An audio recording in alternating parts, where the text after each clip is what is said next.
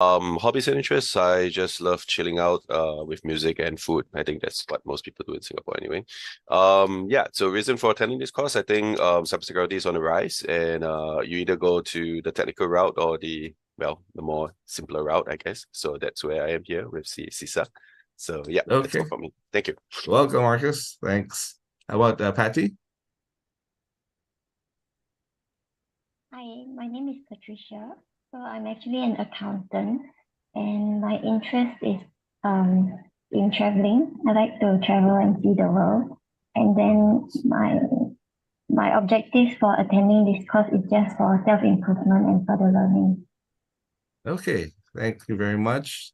Patricia. Yes. How about let's call on Rafiq? Sorry, Razib. Yeah. Hello, I think most of us already done our introduction last week, so I think we will skip so that in Oh, terms do of, you know the rest of those in the class? You're two batches here right now. yeah. So do you know all of each other? No, right? Yeah. You cannot assume. It's two batches here. Yeah. Sorry, Ajmal. Yeah. There's a couple of people here. Yes. Yeah. So again, just to make sure that everyone knows each other, right? Let's just go through the rounds. Again, a quick one only. Yeah. Yeah, hi, Uh, my name is Ajmal here. Yeah, I'm from Power Saraya. It's a power generating company. So mainly I'm helping the auditing. So it's my requirement to fulfill this course. So I'm just joining this course. okay. Welcome. Thank you very much. How about Gilbert? Yeah. Sorry, I had to unmute. Okay, this Gilbert. I work for a financial organization. So sports hobbies, I like to walk, cycle. Reason and objective for attending this course, definitely for the certification. As I have moved to audit, so CISA certification is a necessity. So that's the reason. Okay. Thanks for sharing. Now let's call on Razib. I called earlier. If you're there. Yeah, Razib here from the previous batch. So I am here to listen up first and see whether I will continue with this week or not. Thank you. Okay. Thanks a lot. How about Jake?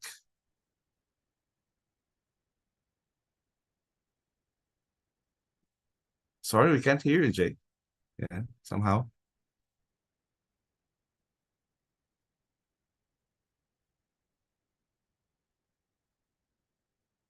Yeah, there's still a problem, Jake. Maybe you can test it out first, use a mic or what. Let's call on Shulei first then. Yeah, I'm Shule from the batch 653. So I'm an IT consultant. I'm here is for upskilling my skill in the audit area. That's all. Okay, Thanks. thank you very much, Shulei. And how about Kiyu? Hello, morning everyone. My name is Q and I'm an ISO auditor. So just to learn more about what is IT auditing about lah. Yes, thanks for sharing as well. Jake, are you ready now?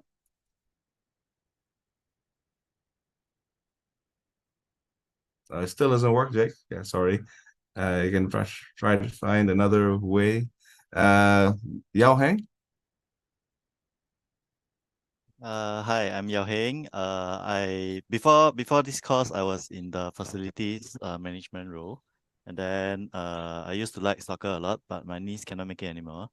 Currently, my interest is mahjong. And then to attend this course, of course, is for more job opportunities lah. Okay, thanks. Okay, thanks, Yao Heng. How about Ziwan? Yeah. Hi, morning all. Hi, my name is Ziwan. Currently I'm with a system integrator. So I'm here to in the sales role. So I'm here to learn more and upskill. Thank you. Yes, thanks. How about Susan? Yeah. Hello. Hi, Hi. I'm Susan. So actually I'm working as an IT consultant now. And my hobbies are traveling and cycling. And reason for attending is to improve myself. Okay, that's always good. Thank you. Wenxue? Alvin, yeah, sorry. Hi, my name is Elvin. I'm in LTA and I've been dragon boating for my company. Wow, as okay. well. And How was the reason Pesasukan? oh, I never participated in that one. Oh, you didn't, okay. That one. So what's the reason you're saying? Yeah, the reason is to increase my competency in the IT sector. Okay, thanks a lot for sharing, Alvin. And then we have Anamika or Anna, yeah. Hi, I'm Anamika. You can call me Anna. Anna. That's easier. Yeah, I'm working with the Big Four, and I'm a consultant. I am an internal auditor. So basically, the reason for taking up this course is more focused information systems related portions Right. as well. I can chip in my firm, and also for self-development and upskilling, of course. My hobbies and interests, I am a fitness enthusiast. I love yoga. So that's all for me. Okay, great. Thank you. Thank you very much, Anna. Yeah. How about Rajesh? Yeah. Hi, I'm Rajesh. I'm currently an undergrad majoring in cyber forensic and computer science. I took up this course just to broaden my horizon, and my hobby is anything that's outdoor activity. Okay, thanks a lot, Rajesh. Gabriel? Hi, Gabriel here. Hi, morning. I'm working as a governance writer, right? Governance and process writer. So taking this course is to be able to write better governance documents later on. Okay. Any hobbies? Those will be badminton and cycling. Wow, very good. Thanks a lot for sharing, Gabriel. How about who hasn't spoken yet? Weichi? Are you there? Hi, I'm Wei Qi. I'm a massage therapist. So to take this course is just to upgrade myself, to learn more about IT audit. Yeah. Okay, thanks a lot, Wei Qi. Interest would be to Netflix, but I'm canceling Netflix. Oh, really? Thank you. Okay, thanks a lot. Ghazali, yeah. Hi, morning. Currently from work and height, but for myself, interest and hobby, probably just working out, just exploring some any group classes. That's all. Thank you. Okay, thanks. And anyone else who hasn't shared? Lisa, yeah, are you there? Yeah, hi, my name is Lisa. So I was actually an ISO auditor, internal audit, conducting various audits. And my hobbies will be interest will be include traveling and listening to music and also YouTubing. And the reason why I'm here is because I would like to broaden my knowledge in IT information system. Okay. Okay. Thanks for sharing. So I think, has everyone already managed to introduce themselves to each other? Did I leave anyone out? Okay, I think Seng Kwong, are you there?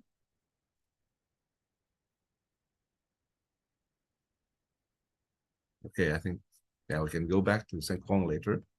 Let me just double check if I can refresh now the attendance for the rest. And for those who haven't scanned yet, here's the QR code again. Oh, yeah, again, because this other batch just came in.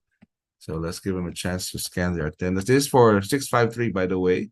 650 is not ready yet, I think. They asked me to do manually. Oh my, okay. So let me just take a photo of you guys as well. So make sure your screen is on.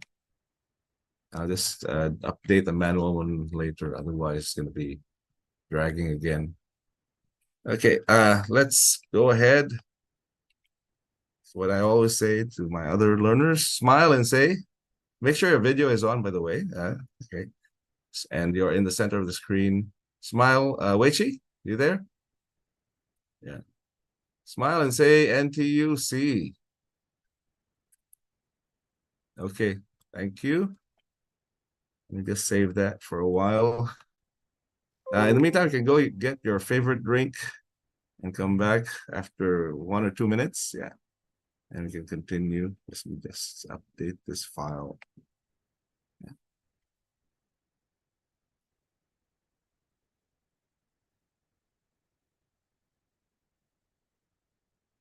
There's a new round.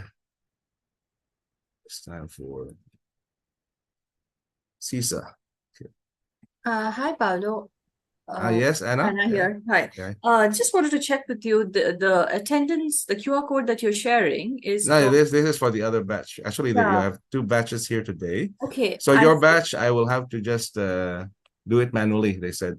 So my batch is 659, I see. Oh, it's very different. Okay. Yeah, I so see. is that going to be separately generated?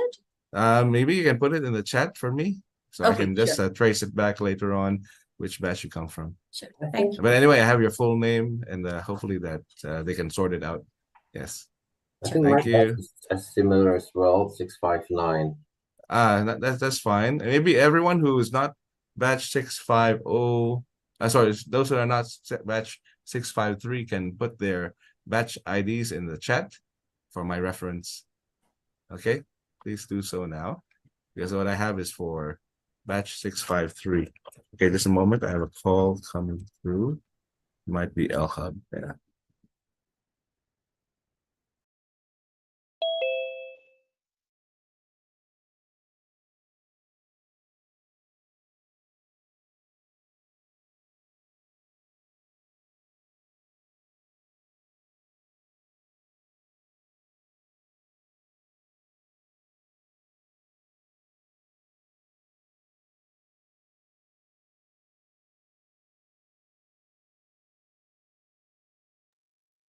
Okay.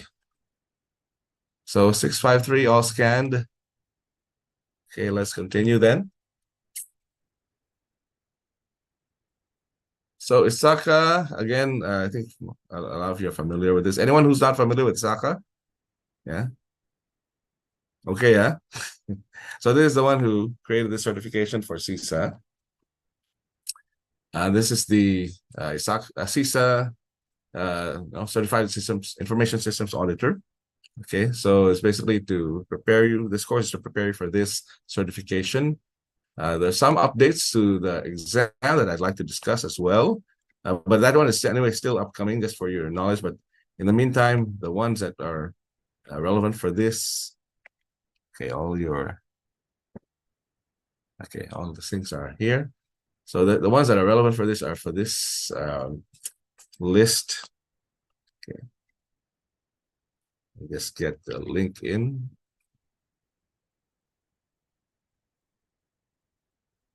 Okay.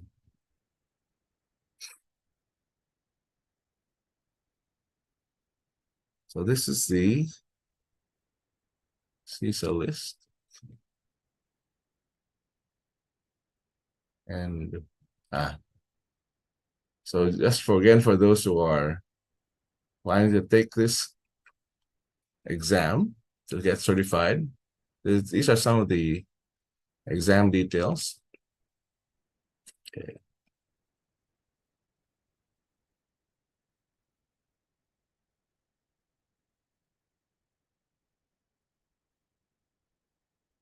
Oops, yeah, not showing properly. Okay, so this is the weightage right now for CISA. Okay, so we're still going to use 2019 anyway. So take note again for domain 1, is talking about information systems auditing process. So it carries a huge weightage, but the heaviest, if you notice, is at the end, which is domain 5, 27%. Yeah. So I'll check it. Everyone can see it properly. Let me just zoom in a bit more. Okay. Okay, better. So the domain 2 is governance and management of IT. I think Gabriel mentioned about governance, so you can focus on this, but again, not for the exam.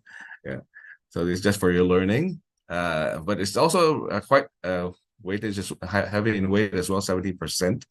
But the top three would be the domain 1, Infosys audit process, and then domain 4, the information systems ops and the business resilience, and lastly the domain 5, which is the highest one, protection of information assets. But just to let you know, 2024 they're planning to change it. So again, this is something that you might want to take note of later on. Yeah, depending on when you're going to take the exam as well. But yeah, we're all near the end of the year, so we might be moving it until 2024. So I don't know exactly when in 2024 they'll be doing this, but of course they'll make the necessary announcements. Okay. So this is for the exam. This is going back to the slides now. Okay. And yeah, so this was for CCAK. Let's now go and probably take a 2-minute break, everyone. Yeah, you okay? Otherwise, let's proceed with the whole other parts of the. Hello, sorry. Hello, Pala. Yeah, I just want to check. Yes, Is this learner's Lisa? guide will be inside our Canvas? It should be. Did they provide you anything No, so far? no. There's nothing inside our Canvas for Oh, this really? learner's guide. Yeah, on the Oh CISA. my. Okay, let me check with them too. Not to worry, but do you have the physical book? Physical book, yes, there is. I see. Okay. So we work on that first. I'll check with the LHub if they're gonna give any digital copy as well. All right. Okay. Thank you. Sure, Lisa. Anyone else has a question? Well, I also get the first slides out. Yeah. Okay, if not, let's proceed.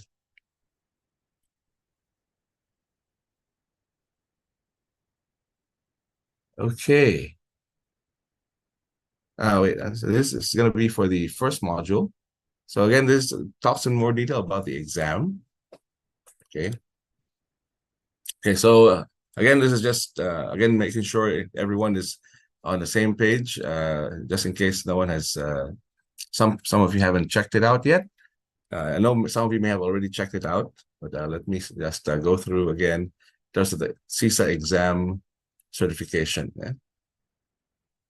So basically, the certification will give you a lot of these benefits. Yeah. So again, in terms of the competitive edge, in terms of your career, plus of course the knowledge in general, and of course, if you're sponsored by your organization as well, yeah, of course the organization has a benefit, right? Okay. So accreditation wise, this is just a history. It's been developed by ANSI, ISO, ISEC, based on all these CISA requirements. So ANSI itself is promotes unique qualifications of and expertise of ISACA, which is the one who developed that as well. Against, there's more than 118,000 who have CISA. I don't know if that's the latest figure, but as of the materials publication, yeah.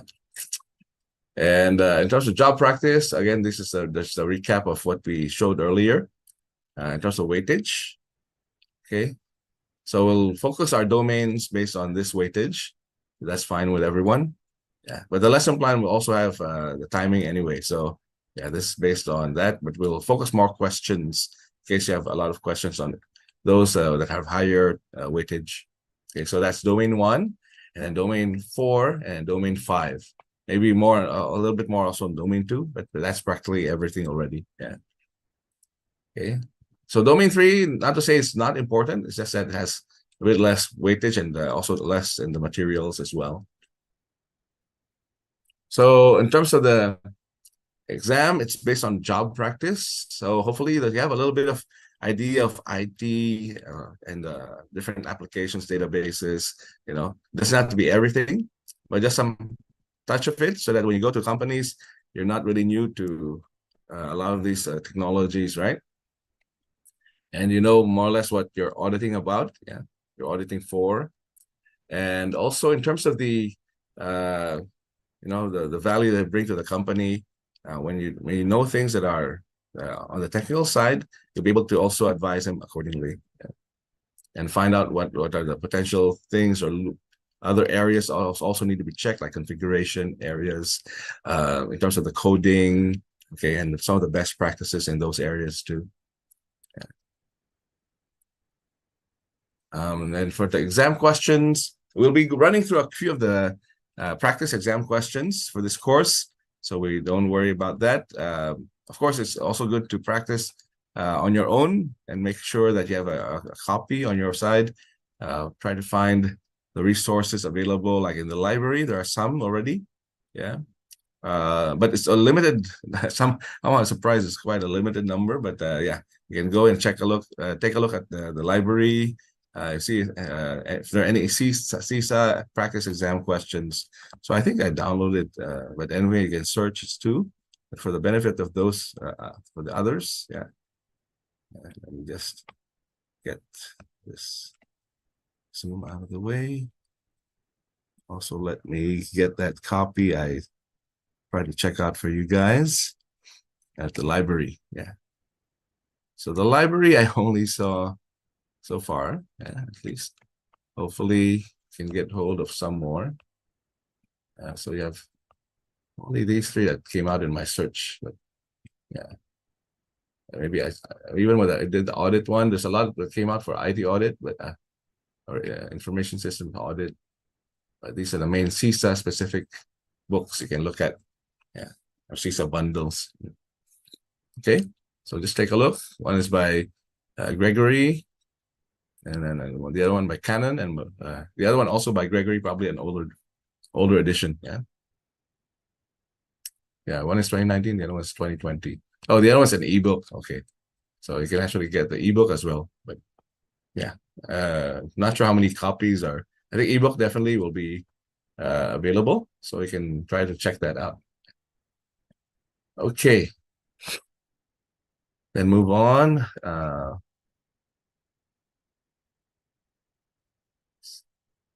What's this? Okay. Any questions so far? Yeah. So in terms of the exam, it's multiple choice and designed for one best answer from the 4 options given. And then it's scenario-based questions. Normally, if there's a description of the situation, it also requires you to answer 2 or more questions based on the information. Okay.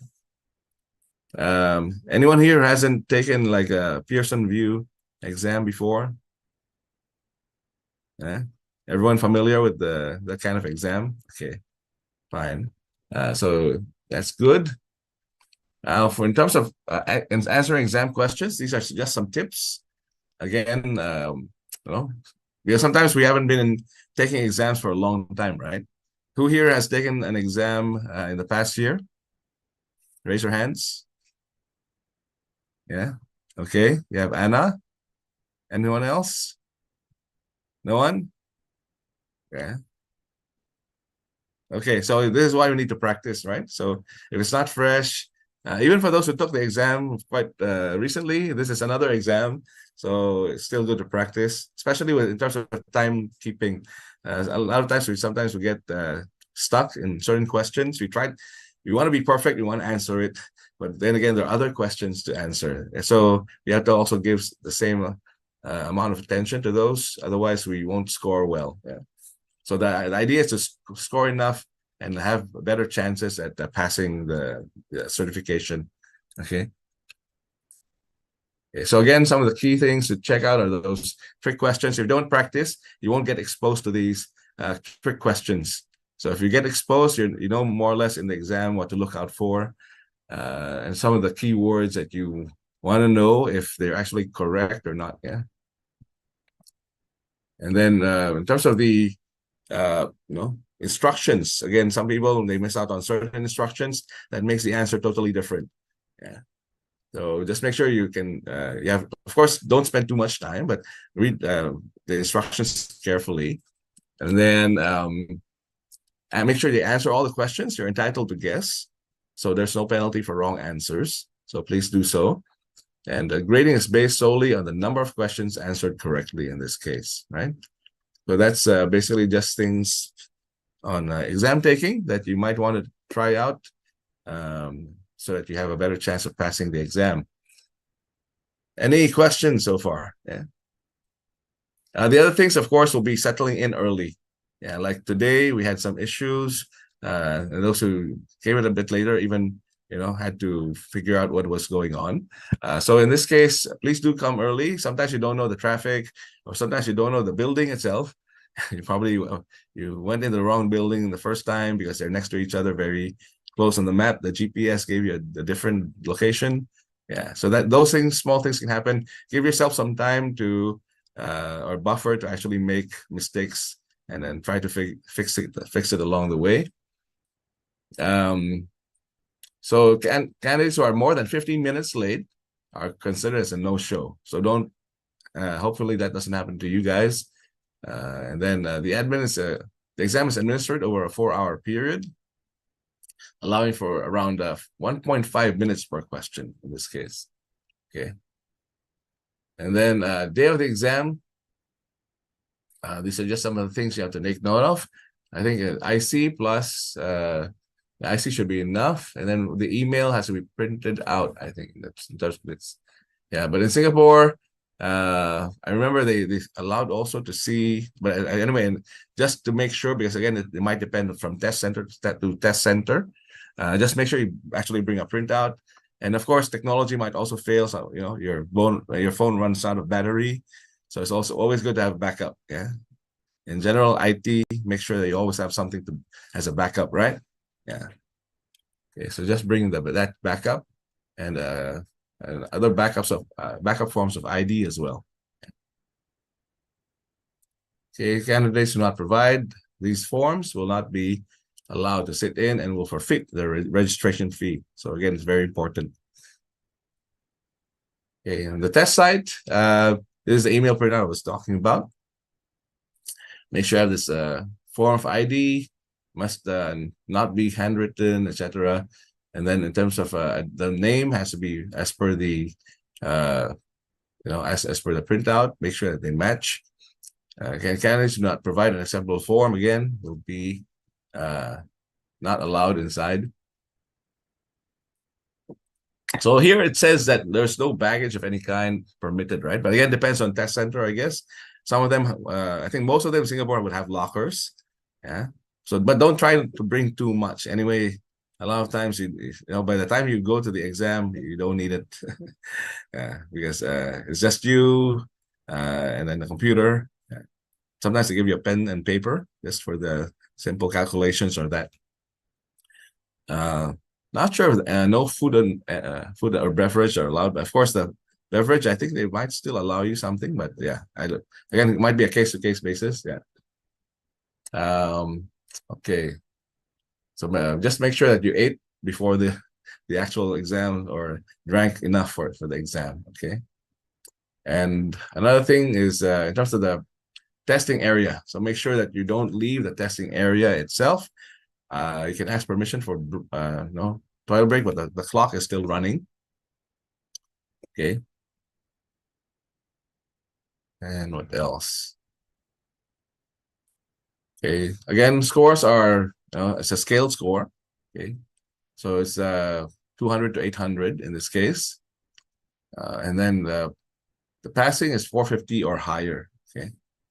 So there's to make sure that you have a consistent standard knowledge on the CISA certified certification working group. Yeah, this is basically established by them. Yeah. And they'll also give you whatever you see on the computer is a preliminary score. The official one will be sent to you via email within the 10 days. Okay. Plus this. There's a score report. The score report contains the sub-scores, so you know where you did well. Okay, and then you know about it, and then hopefully, if you didn't pass, again, knock on wood. These are some of the things you can work on more the next time around. Yeah. And certification steps, other things to take note of. To pass the CISA itself. You need to earn the CISA designation. You need to pass the CISA exam. That's one. Submit the application after that with verified evidence of 5 years cumulative work experience. Okay, performing, of course, the tasks of a CISA professional, IT audit, and adhere to the ISACA Code of Professional Ethics, which we'll be discussing in a short while. And then you also have to agree to comply with the CISA Continuing Education Policy for the CPEs. Yeah. Anyone here not familiar with the CPEs? Yeah. So once you have the cert, it doesn't stop there, right?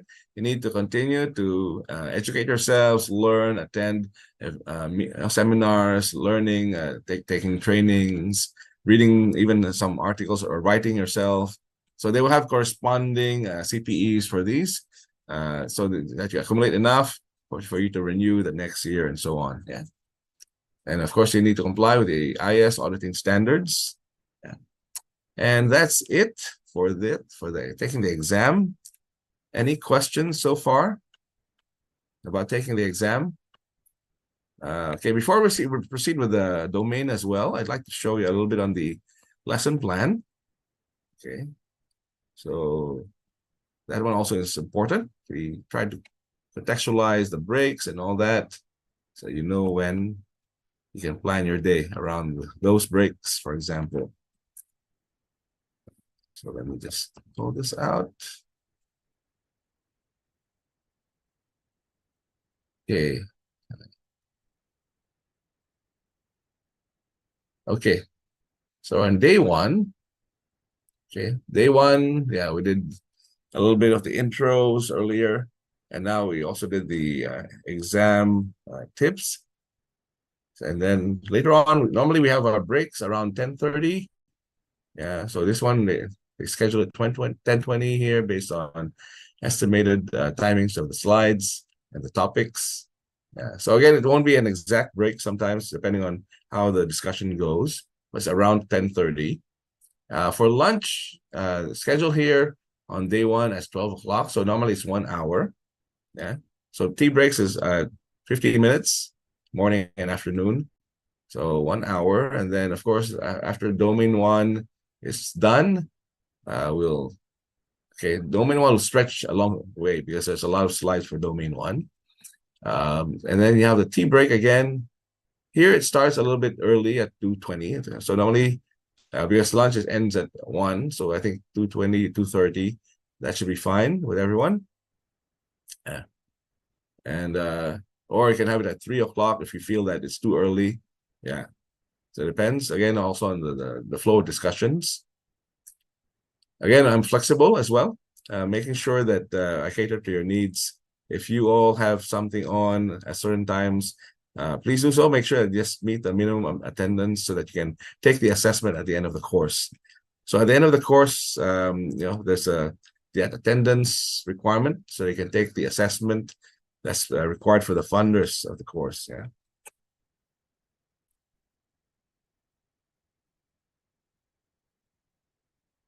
Okay, let me just reply to LHub.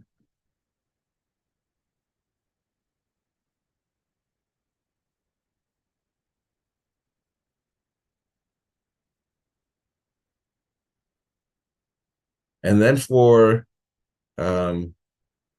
domain 2, we'll start after that second tea break. So it's a little bit end of the day. Hello, sorry. Oh yeah. Is there any way to share this file with us? Because it covers for all days, right?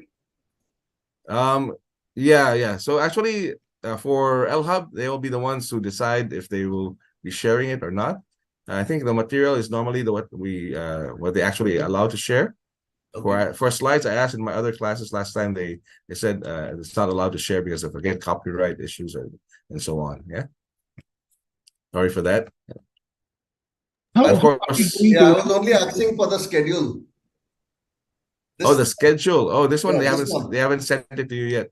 Okay, I'll see how I can share this with you. Yeah. Maybe through what do you call this? Paulo, how are we going to take notes and understand if there's no learner's manual or learner's guide that you're going to put inside the Canvas for us?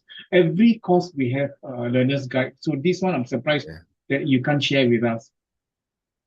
No, learner's guide. This is the lesson plan. Yeah.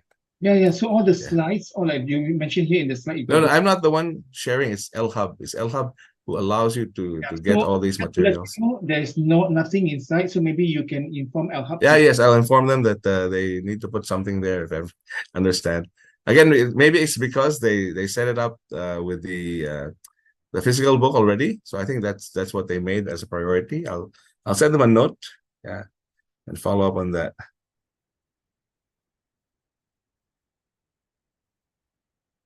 This is for which batch, by the way? Who was speaking just now? Razib, is that you? Yes. Okay, thanks, Razib. Yeah.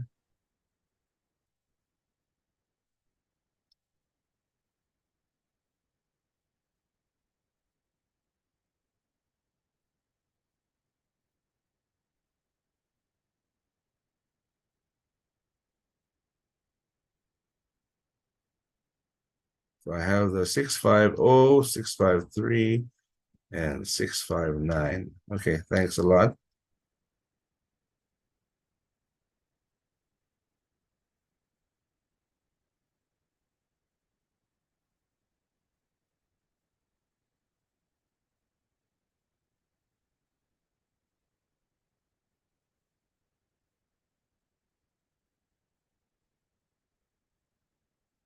Okay, so I'll send a note there.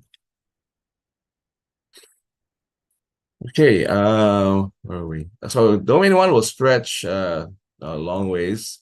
Again, these are supposedly following your learner guides or your workbooks that you have. Then, as you can see, there are a couple of group discussions built into the lesson plan for this one. So there's time for such breakout activities. Yeah. So, and then we'll have the other domains coming in after that group discussion. So domain 2 will be around 4 o'clock. Okay, so that's what we're going to touch for this day until we finish it. And a couple of learning activities at the end of the day too. So once we finish in terms of the governance and management of IT, then we'll do some learning activities, group discussion, and then also have this self-reflection at the end. Try to also ask questions during this time, making sure that you learn your key points for day 1. Okay. Hello, I saw that the schedule ends at 6:30, is it? Yeah, this is the lesson plan given by LHub. Yes. Oh, so it's not 6 o'clock like in this case. Yeah. So this is again, this I base it on LHubs, but of course, if you're expecting 6 o'clock, I can take it up with them because sometimes they have these scheduling announcement mismatch. Yeah, actually, it's not telling me what they are actually. Yes, that's right. Yeah. In the So that's why I'll highlight to them. But at the same time, I'm flexible in terms of because again, some of these are also like I would say not. I mean, you can do your self-reflection on your own if you're necessary. I'm also staying back normally at the end of the class.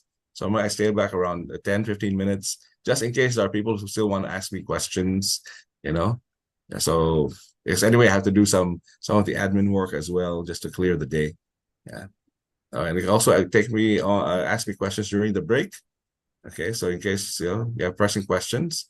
And normally during lunchtime, I play some cyber or IT audit related videos for you so that keep you entertained and learn some more new things during lunch. Okay. Thanks for the question. Was that Lam? Yeah. No, it's Nate Kiyu. Oh, Nate. Yeah. Thanks. Yeah. Thanks, Kiyu. Yeah.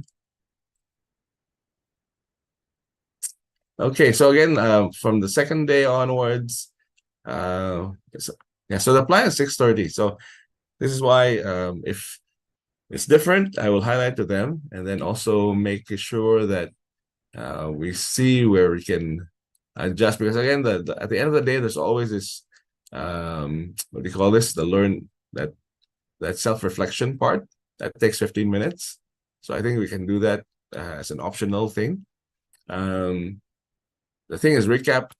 I mean, in terms of what is included is also part of it. So it ends at 6:15 at least. Yeah. So maybe we can end a bit earlier for some of the group discussions. That's fine. But then again, it depends on how people are responding to the group discussions. Sometimes people have a lot of things to say, sometimes not so much. So it's a give and take. Hopefully it averages out. But again, also we try not to drag it too long as well, right? Yeah, otherwise the rest of the lesson will be affected. Okay, so going back to day 2. So we're going to continue with the governance and management of IT. And then a couple of things on IT management, IT resource management, very important. In terms of your staff, you have your budgets, yeah. Plus, of course, on the user side as well, when you talk about coordinating with them, yeah. Again, these are some of the concepts that you need to pick up, so you know what to look out for when you do the IT audit. Yeah. So when they speak all these languages to you, you also somehow pick it up. Actually, when I was talking about some basic IT and IT audit background, yeah, I'm feeling this should have been before the CCAK. But anyway, that's already the past. Now let's just move on with this CISA course. Yeah. Okay. And in terms of the next learning activity is another group discussion about governance and management of IT. Okay, and so quality assurance is also part of the topics. So domain 3, we'll just touch it before lunch on day 2. Okay. Again, there's only 5 domains, but they're quite lengthy. So some of them stretch over the few days, right? And then, of course, final day part of it will be assessment. Yeah. So this is something that we need to adjust as well, because I saw some mismatch with the assessment here and the new assessment that they gave me. Yeah. So yeah, so that one we'll also check. But anyway, in terms of timing, I think it's still doable. Yeah. So in terms of domain 3, again, it talks about acquisition, development, and implementation. Something that hopefully some of you will be familiar with when you buy things, right? Especially IT products. So, but what are the things specifically for IT that you want to take note of? Yeah. And after that lunch, we'll talk about things like testing methodologies. Okay, so these are some of the things that some of you may not be familiar with. What are the tools, the methodologies that are available for testing? Yeah. Anyone here has done testing before? Or maybe the other way, has not done testing before? Anyone? You raise your hands. Okay, Gilbert, Kiyu, okay, Alvin as well. Yeah, so yeah, this is something very important for IT. Yeah, we need to test our products, our deliverable software, even hardware. Yeah, yeah. So even though the vendor says it's the best, yeah, we have to make sure it runs and we test it, right? Or maybe if we haven't configured it properly. Yeah. And as IT auditors, then we need to know how to test these things as well. Yeah, in terms of did they say the controls are running properly or not? Are they in place? Are they running effectively and efficiently? Yeah. Okay. And then for okay, another thing aside, because domain 3 covers a couple of things. There's also, in terms of the development and implementation, there's a couple of components for implementation that you need to take note of. I mentioned about configuration and release management. Okay, that's normally when you have to configure the products that you bought or developed, and then making sure that the proper configuration settings are there, right? Plus, access and identity management are also important for security purposes. And you have migration in case you have current data that you might have to move to a new system. Yeah. So how do you go about those things? What are the things to look out for to avoid any issues during your data migration and system migration in general? Yeah. Then you have post-implementation reviews. Normally, this is done to look out for improvements in terms of the way the project or even the IT audit itself was implemented. Yeah. Okay, and then now that will be the end of day 2. Okay, so there's a couple of activities that they lined up here, but then again, these I would say are optional if No, all of you would like to end earlier. Yeah. Anyone here who needs to go at 6 o'clock every day? Raise your hands. Patty, you raise your hand or not? Okay, okay. I just want to be mindful as well, so that in case you need to fetch your kids, you know, I have kids as well, so I know I went through that. Yeah, so it's just let me know if you need to. They can be excused. Yeah, or we can all agree to end early. I'll try to see how I can adjust the schedule and remove some of those optional things that are in the lesson plan. Okay, then next day, then of course we have recaps at the beginning. Domain 4 will start. Okay, now it's in terms of the operations and business resilience. So business resilience is making sure that your business can still run despite any disaster happening, like internal or external, depending on how the incident is. Yeah, like even during the pandemic, right? How do you make sure that your business was prepared for the pandemic? If you weren't prepared, you'll probably have a bit of a downtime and chaotic moment the next few, those first few weeks. Okay. Next would be so domain 4, since it's all about resilience, you need to learn more about how the different systems also will have resilience, right? Even for interfaces, in terms of operations, how IT operations are run, So if you haven't been part of an IT department before, which I think some of you haven't, especially those coming from different industries or different roles altogether. Yeah.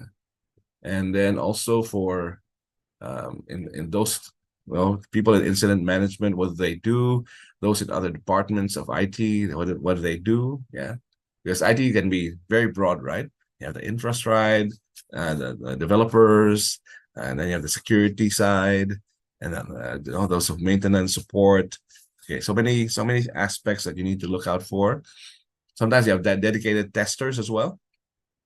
Okay, of course, then you have your vendors, partners. Yeah, so you dealt a lot with all these people. Then you'll know that there's a different way of dealing in terms of their processes. So as an IT auditor, you should be familiar at least with the general processes that they have. Of course, the audit itself will allow you to do that. But before even stepping in there, you should have a basic idea of what generally what other industries are doing. Okay, and that's basically touching on domain 4. Those other things that are important in terms of resilience will be the backups, very basic. Yeah, of course the BCP plan, okay, business continuity plan, disaster recovery plans will also be covered here. Yeah, so it's basically to teach how you can develop how the proper plans can be developed, so that when the disaster strikes, you're ready, your staff are ready, and the whole company is ready, because it's not just you, right? And maybe even your partners are ready. Yeah, so they know also that there's such certain policies or processes that you follow, and they can be able to support you when that time comes. Okay, and final day. End of day 3, day 4 now. We'll come to domain 5. Okay, and then the final domain will be all about information, asset security, and control. Right? I'll talk about security and privacy. Then also a little bit on the different domains of security. So you have the physical access. Of course, you have the software again. And you have also the database. You have the OS, different layers. Okay, and nowadays you also have those other kinds of attacks, especially from different fronts. You have to also be familiar with those things that are happening, different threats, and other things to prepare you as well. Prepare the companies that you're auditing. How do they actually do it? So these are the things you need to check in if they actually have it. they have policies around in terms of governance, if they have things around the solutions and the controls that they have to mitigate any risks that they may have. Yeah. Okay. So yeah, that's it in a nutshell. Yeah. So again, we'll be going to this in detail anyway later. Yeah. But in general, the breaks will be around 10:30, 12 o'clock, and here it says 2:30, but are you okay with that? Or you want 3 o'clock breaks? Yeah. Yeah. Because it stretches until like 6 o'clock, right? So even further for this case. 3:30 should be better, I guess. 3:30 is better, right? Okay, we'll make it 3:30 then. Okay with everyone? 3:30 for the next tea break because you just came back from 1 o'clock. Anyway, I do allow you to just go out for a while. I mean, in terms of whatever break you need to do. Yeah, 1 or 2 minutes or 5 minutes. Yeah, but the longer you take, the more lessons you miss. Yeah, hopefully that doesn't affect your learning. Yeah. Of course, yeah, it's we're flexible, and if you're on you have a portable device, yeah, they can actually bring it around at least closer to you. You can hear the conversation. Yeah. Okay, next, the final day. Okay, again, Domain 5 is a bit of a stretch as well. There's a couple of things about even forensics, right? Because security, you also have to do some investigation on what happened. Yeah. And let's go to day 5 then. So day 5, a lot of things on assessment revision will be done. Yeah. So we'll do, and so that's why a bit, whatever we miss out, even though it overflows, is part of it's going to be part of the revision here. And then assessment here is planned at 12:30. Yeah. So the 12:30, because they plan to have lunch here at 11:30. So I'm not sure if you like that, but I think the purpose is, again, assessment might take a while. The assessment here is only 1.5 hours. The ones I saw was meant for 2 hours. Yeah.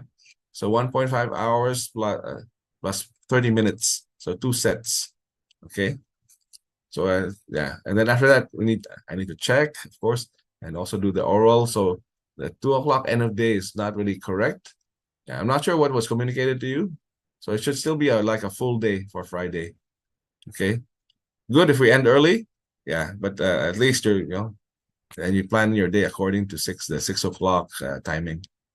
Okay, clear? Okay, let's proceed then. If you don't have any questions, let's proceed. Okay, now domain 1, the process of auditing information systems. Okay, I heard that some of you are internal auditors at least. Anyone has done IT auditing before? Raise your hands. Yeah, none, right? None yet. Yeah. So I heard some of you are also from IT background, so that's good. And some are you probably from the audit background. So those are good information. I mean, that's a good knowledge to have to prepare you for things like IT audit, which is, again, quite niche, I would say. Because for external audits, normally they will focus on the financial reporting. The financials reporting will therefore require help in terms of the IT side of things, right? But for IT audit can be the broad range or the focused range, when you talk about for external audits, it's normally supposed to focus only on the financial reporting systems. Okay, so you have to find out what are the systems that are running. Maybe they have SAP or other products, Oracle, or maybe an in-house developed system, even a manual way of doing things. But still, there should be some automation in order for IT audit to be involved, right? Otherwise, then the normal external auditors will be the ones who can do it. Yeah. Okay. So, but I mean, as IT auditors, we look more at the system side of things. Anything that is automated, anything that involves IT, hardware, infrastructure, software, database. Okay. So these are the things we look at. And nowadays, we also look at the cloud. Right, so there was the CCAK course last week. Yeah, so that also was looking at the cloud security, the cloud auditing side of things. Yeah. Okay. So anyone here also has experience being audited before? Yeah. In terms of IT audit. Those especially in the IT side. Oh, Ziwan, maybe you can share your experience. Yeah. What was your experience when you were audited by an IT auditor? It's more of policies, processes, and Yes. the business process that they are auditing more. Mm-hmm. Okay. Was this from coming from an external audit standpoint, or specifically just an IT audit per se? Yeah. External IT audit. External IT audit, right? Okay. Yeah, for whatever purpose, maybe just to improve your IT security or something like that, right? Yes, Yeah. correct. So again, again depends on the perspective and the purpose, right? So in this case, thanks for sharing, Ziwan. You mentioned about policies. That's right. Normally the policies will have some idea, give some idea in terms of what the company is desiring to do. Yeah. Because you want to be putting all the things you want your IT side to do, for example, in the IT policies, right? So that's one of the first things that the IT auditor looks at. Okay. And if you're compliant with it, basically it's just checking if you are doing what you say you need to do. Right? So say I'm doing, let's say, say system hardening for all my devices or encryption for all my portable devices. Yeah. So these are some of the things that it will check to actually see if you're doing it or not. Yeah. And of course, some will be as up to the other point where you actually do some VAPT, vulnerability assessment and pen testing. Yeah, so sometimes even the IT auditor may not have those skill sets. So they'll bring in some of their colleagues who have the cyber side of things. They bring the cyber skill sets together. Yeah, okay. So you can have a mix of different skill sets depending on the system that you're testing as well. Yeah. Because, for example, SAP, for example, not everyone is familiar with SAP, although they will have probably some basic training, but some may be more experts than others in specialized systems. So again, at the Big Four, I think Anna will be familiar with this. You normally bring in the resource depending on the requirements, right? And the background, the environment. Yeah. So what kind of resources did you normally bring with you last time when you went to your clients, for example? Yeah. So I am more from risk management side of Oh, things. risk management. Okay. Risk management side, yeah. But when it involves IT areas, for example, so you have your own IT auditors. We have our own IT auditors, and if required, we do bring those resources and those skill sets into the team. Right. But right now, currently, the project I am on, it requires some testing to be done, some UAT testing to be done. From your side or from the client doing it? We support the client. You support the client more from the consulting standpoint, right? From a consulting standpoint. Not really an audit standpoint. Okay. Not from an audit standpoint. Yeah. Okay. Consulting standpoint. Right. If they are going for a vendor solutions, we support them in facilitating the user requirements and conveying the needful and making sure that what they intend to use the product as is what is being provided by the vendor. Those kind of testings and facilitation. Right. So technically you're from the advisory side, right? That's right. Correct? Yes. Not assured. So what was your experience between advisory and audit? Yeah. We are providing consulting services, so it's part of sometimes internal audit. Yeah. So my question probably is that when you implement something, can your auditors also audit the things you implemented? No, we have Chinese walls. We can't do that. Yeah. No, yes, precisely. Now I get your question. Yes. So there's this concept of independence. That's right. So you normally should not audit what you implemented and vice versa. Yeah. So when you're going to a client, these are some of the basic things. Yeah. So again, we'll talk about that in more detail, but again, we're just trying to set the stage and trying to learn more about each other's experiences so that we have better learning, because at the end of the day, these are all theories that are thrown on the slides. It's more actually applicable to see what's out there in practice, right? Okay, thanks for sharing again, Anna. Yeah, and let's move on. So now in terms of the domain overview, again, we're going to touch on all these auditing process. Yeah. So from my end, actually, I've done a couple of several, actually, dozens of IT audits throughout the years. But I'm talking about different companies, from FIs, banking, and insurance companies, manufacturing firms, large, big and small, cloud providers. Yeah. So again, the different mix of companies, which is good. When you become an IT auditor, you get exposed to all these different industries. But then again, are you aware of all the intricacies of all these different industries? This is where you need to read up on and be aware of what's happening in the different industries, even before you go to the client, because by then, sometimes it's too late. But yeah, you should have at least some background. It would be good to, when you step into the client's environment. Plus, of course, there are several systems that I use. It's not going to be just like always SAP. It's not going to be Salesforce.com. These are some of the things that are always most of the time they're there for the larger companies, but not all the time for the smaller companies. Yeah. So it depends on what engagements you actually get assigned to. So you have to do a bit of homework normally before you join the engagement. And so in terms of the process, you want to know the standards also on how you go about doing the IT audit.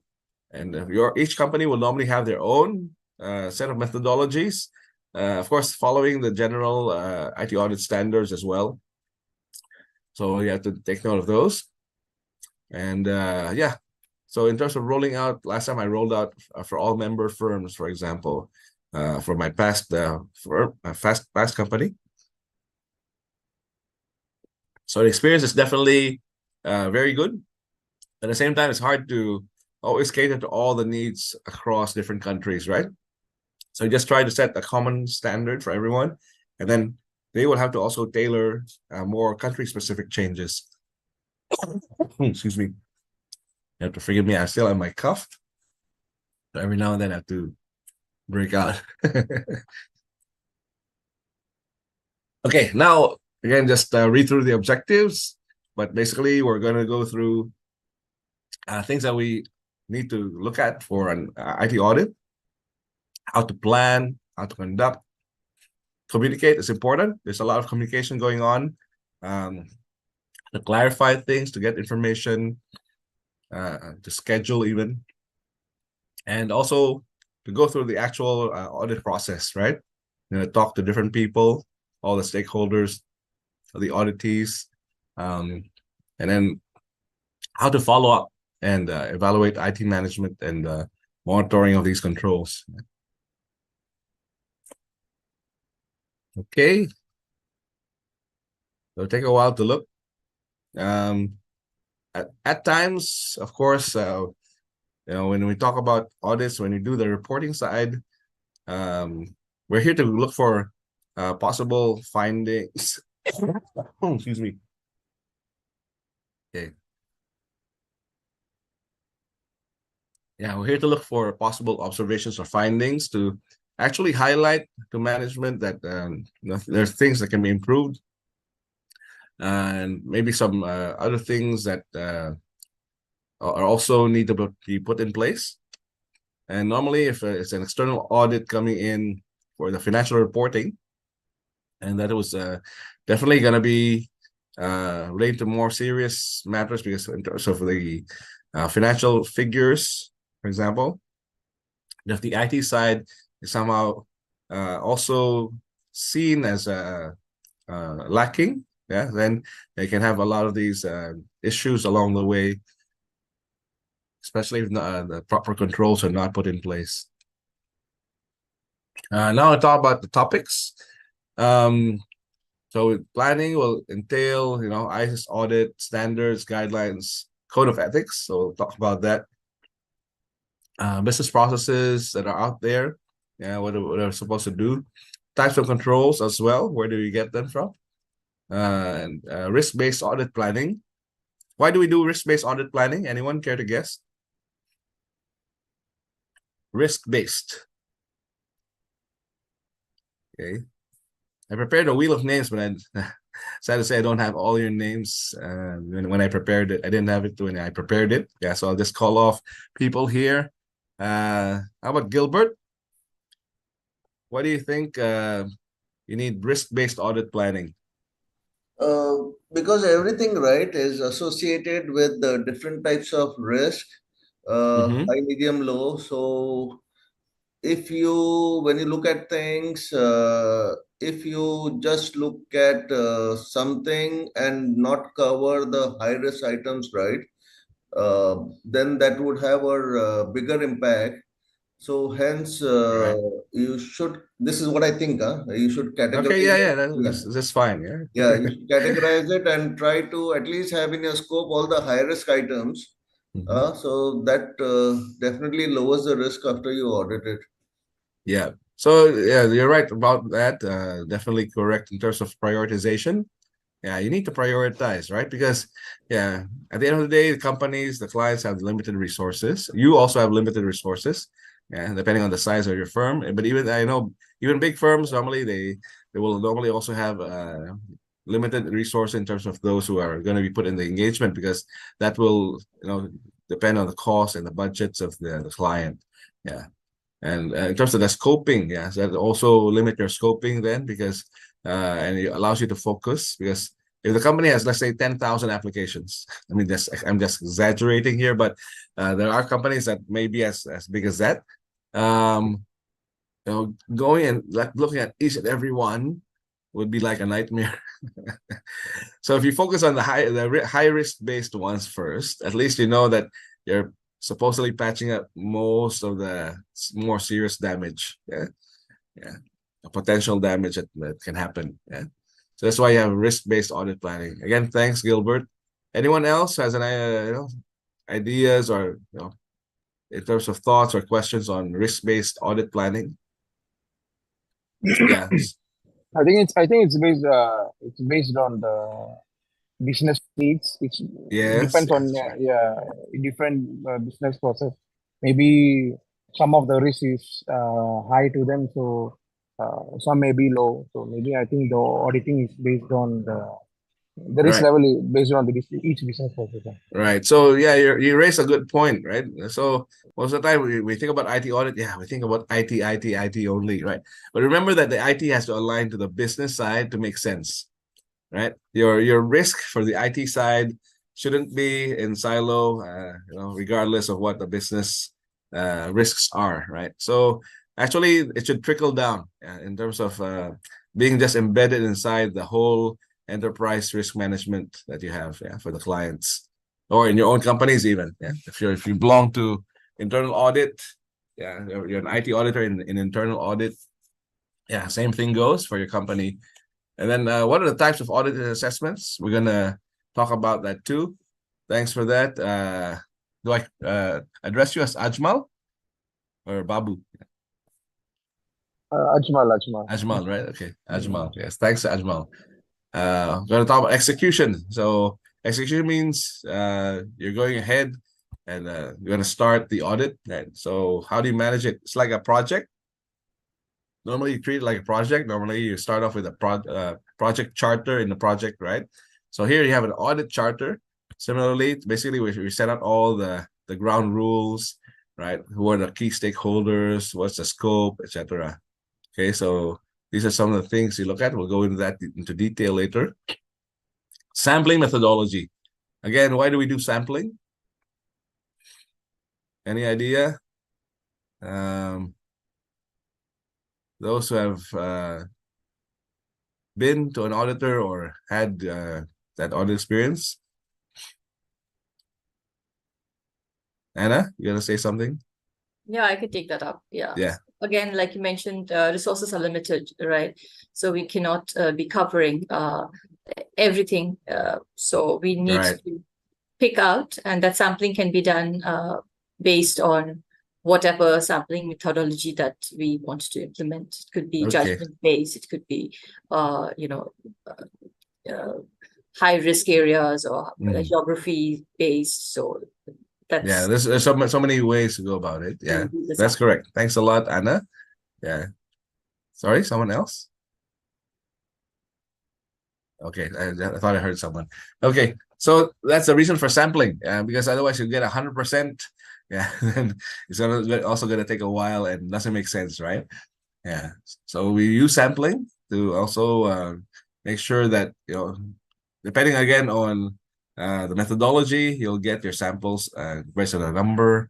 Yeah, and also the mathematical way to go about it based on algorithms. But yeah, normally, at least for the Big Four, at least the one I know, they will have your judgment based or even a standard table that will be based on the number of the sample size. They will have the matching depending on the number of records or transactions. Yeah, there's a couple of things that are used as a benchmark for that. And then you have the audit evidence collection techniques. Yeah. So how do you get evidence actually? Right? Where do you get them from? Yeah. So these are some of the things we'll discuss.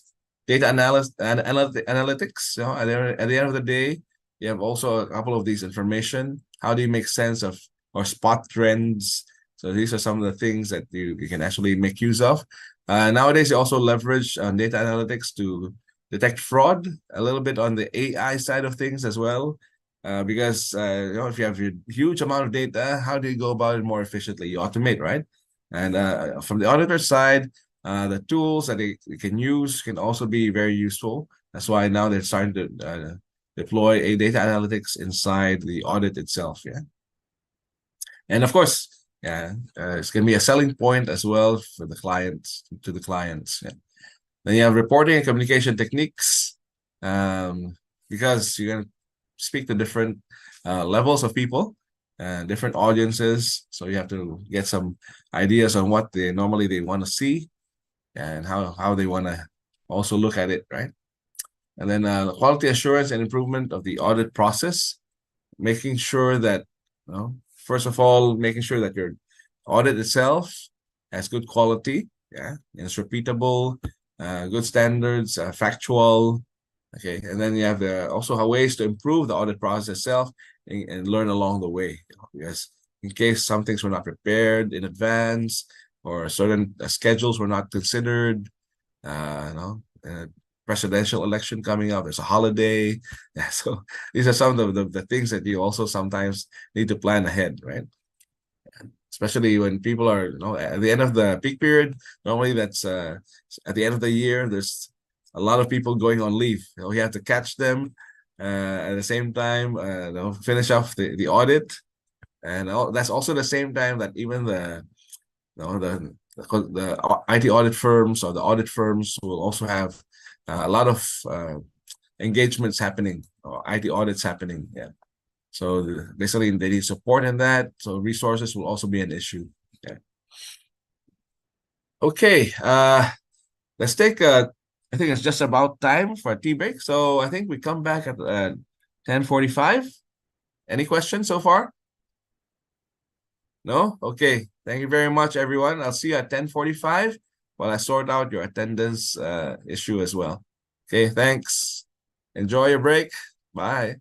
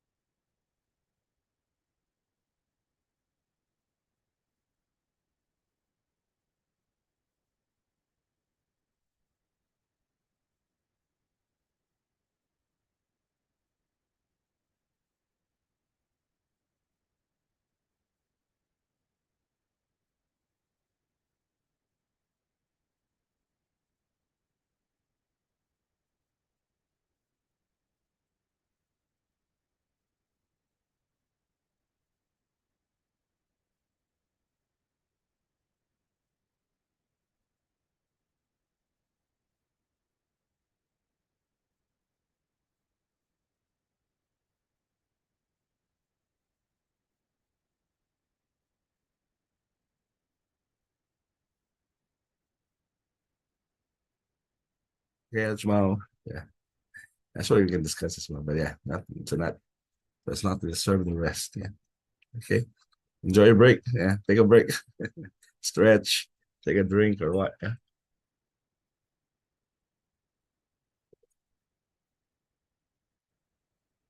Stop share for a while.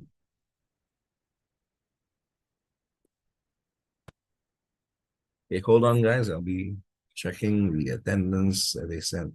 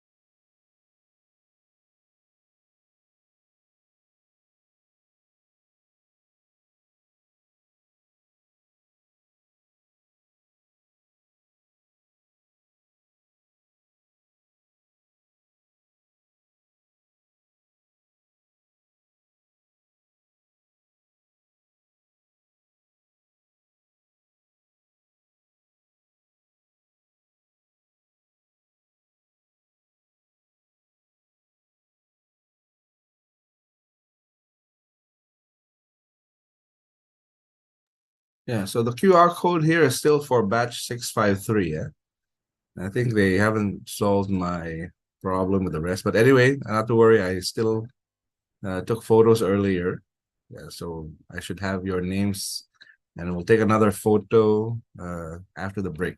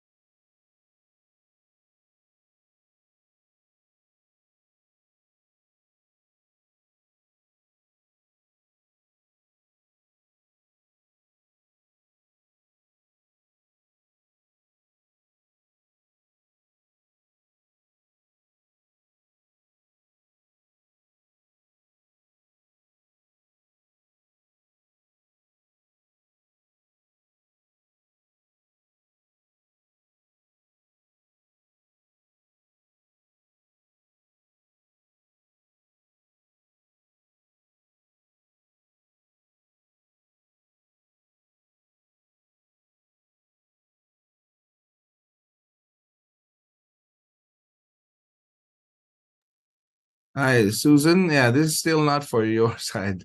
Yeah, Oh, this okay. is for Then batch thank 653. Yes. okay. They haven't settled that issue yet. Okay, okay, can. Thank you.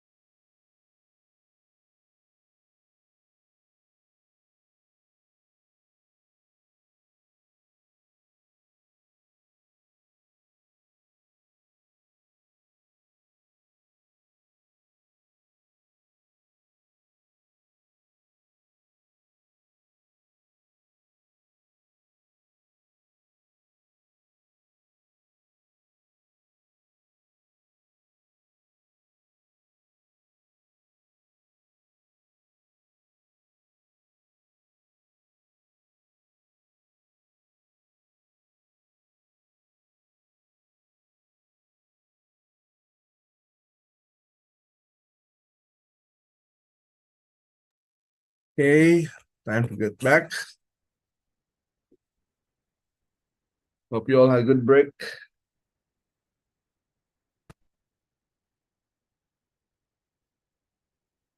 Again, I just want to finalize this before submitting. This for batch 653. Now for batch, let me just double check the list that we sent. 650 has only a few, and I think 659 also have a few. So Susan, maybe I can take prepare your NRIC. I need to check yours just for sampling. And I need also Gabriel, if you're there, also to prepare NRIC for batch 659.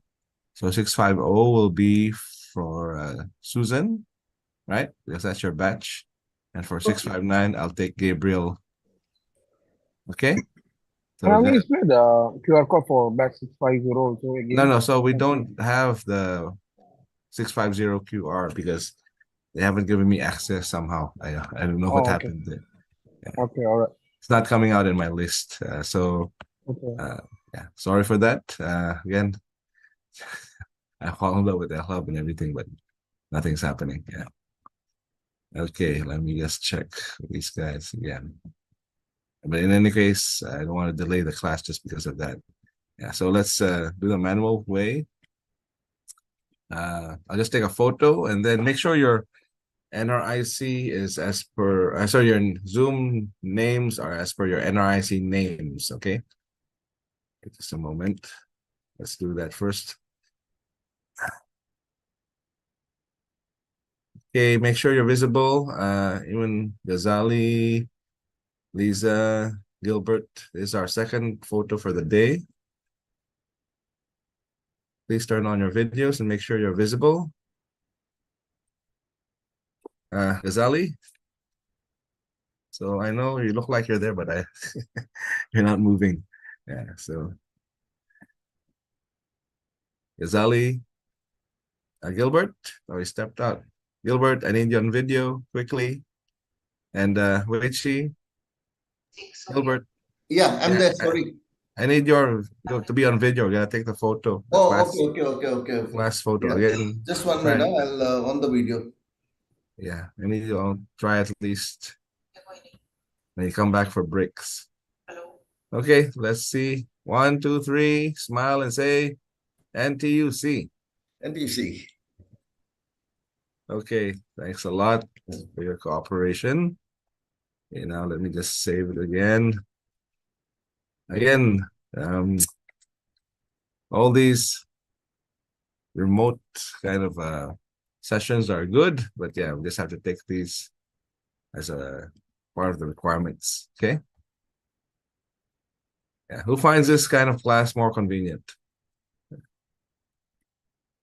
Yeah, right? You don't have to travel so long. Yeah. Yeah, let me just save the file. Okay, with that, I'll close off the attendance for 653, yeah? Then the photo I'll use as a basis for the attendance for 650 and 659.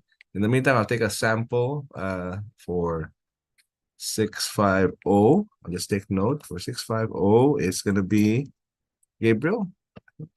Who's the 659 again? It's Susan, right?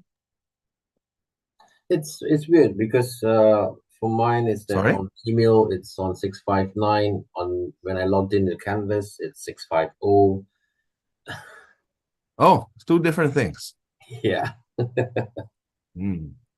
Okay, so anyway, so Gabriel, I'll put you at /659, whichever you've actually followed. But anyway, the name is a more important thing. Right. Anyone else from 650? That's my worry there. If you're not from 650, I need a sample from 650. Okay, maybe I'll put Ajmal from 650. Yeah. Okay. I'll take you as a sample, Ajmal. Okay. So I'll put you in the breakout room. And then for Susan, it's 659, so that's fine. Why is 650? Your batch ID. Are you 650? Oh, yours is 650. Yeah. Oh, because the VLC you sent says 659, right? wait In the chat, yeah.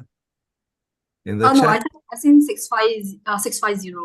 did you? Okay, I thought I saw 659. Or did Mine they is get the also other way around? 650. Sorry? Gilbert 650.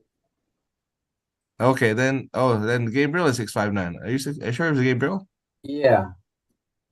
Anna says yours is 659. Okay, so Anna, I need your NRIC. And Susan, I need your NRIC. Okay? Okay. Okay, thanks. Oh, let's take these two. Yeah, the guys will have a chance later. Yeah, just maybe if you typed it wrongly, if that's the case. So Susan, yeah, I stand corrected. Yours is 650, and then Anna is 659. Okay.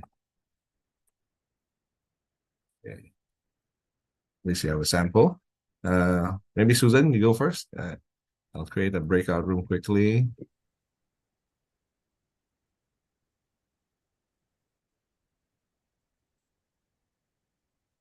You have to just clear these admin stuff. Hey,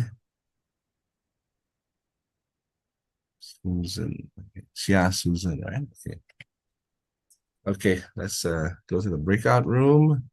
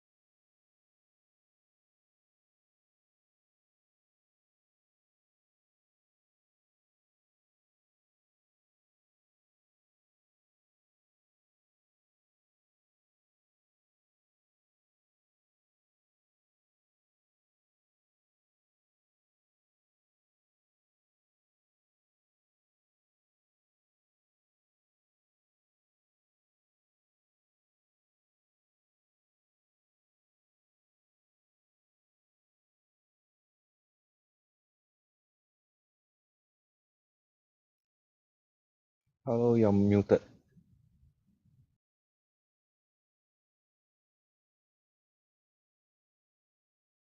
So let me share the screen. Yeah, let me just also submit the attendance for 353. Hopefully, you all scanned already for 353.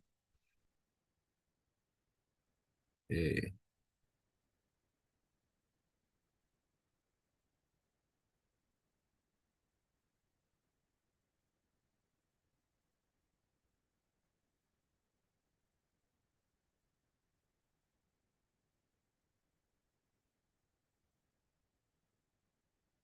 Save and submit. Okay. 653. No need to scan. No one else needs to scan, huh? Because I already showed the. Yeah, let me just double check before I submit. How many from 653? 1, 2, 3, 4, 5, 6, 7, 8, 9. So there should be 9 from 653. Let's counter check with those here in the room.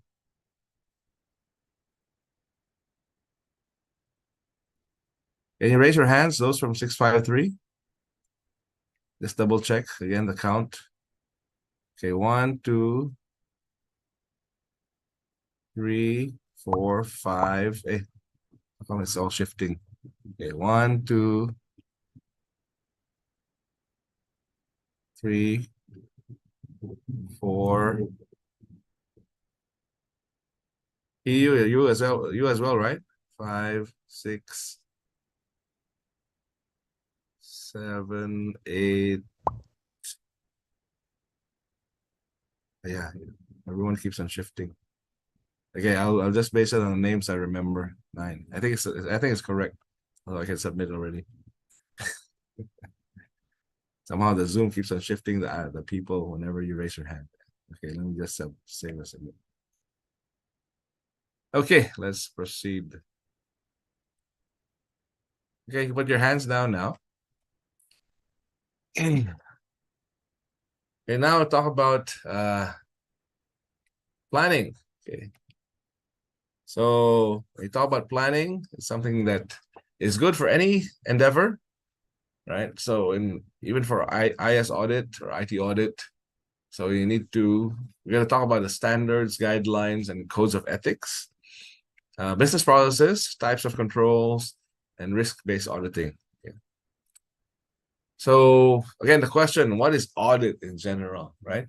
What is IS audit? So in this case, I'm not sure it's intentional that they ask about what is audit or what is IS audit. Yeah, but IS audit is the formal examination. So the keyword is formal examination and/or testing, okay, of information systems. So basically the IT information systems to determine whether it's in compliance with all the laws, policies, regulations, contracts. By the way, Yao Heng, you have a question? Just want to double check if that's from earlier or you have a question now. No question. Okay, you put down your hand. Thank you.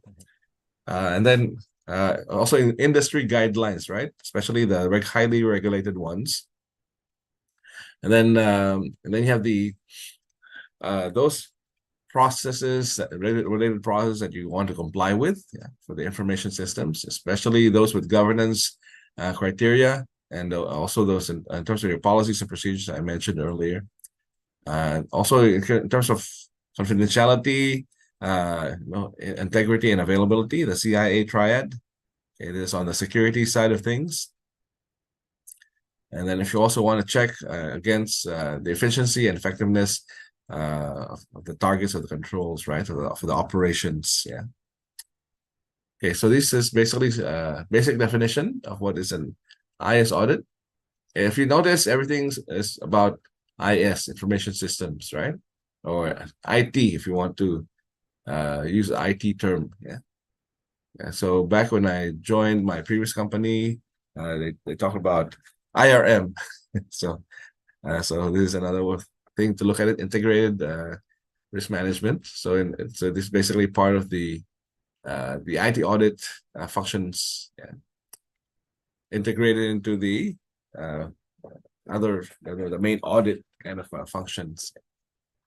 Now, in terms of the audit process, you have planning, fieldwork documentation, and reporting or follow-up. Yeah. So when you do this, it's basically it looks very simple, right? 3 steps. And actually, what goes on inside is a lot of things, right? Especially those who have been audited or those who are auditors here. Yeah, you would know that, for example, for the fieldwork documentation, yeah, that one is actually a little bit more straightforward when you talk about a lot of the things that have been pre-planned, right? You know who you're gonna talk to, you know what you're gonna test. A lot of it's actually prepared in the planning stage. In my experience, it's been the longer part of the preparations because you need to get the right resources and the right stakeholders, schedules, the right documents, the background of all the client, past audit information. Yeah, there's a lot of the groundwork that has to happen when in the planning, and if everything has been laid out right, of course, the field work can happen more smoothly.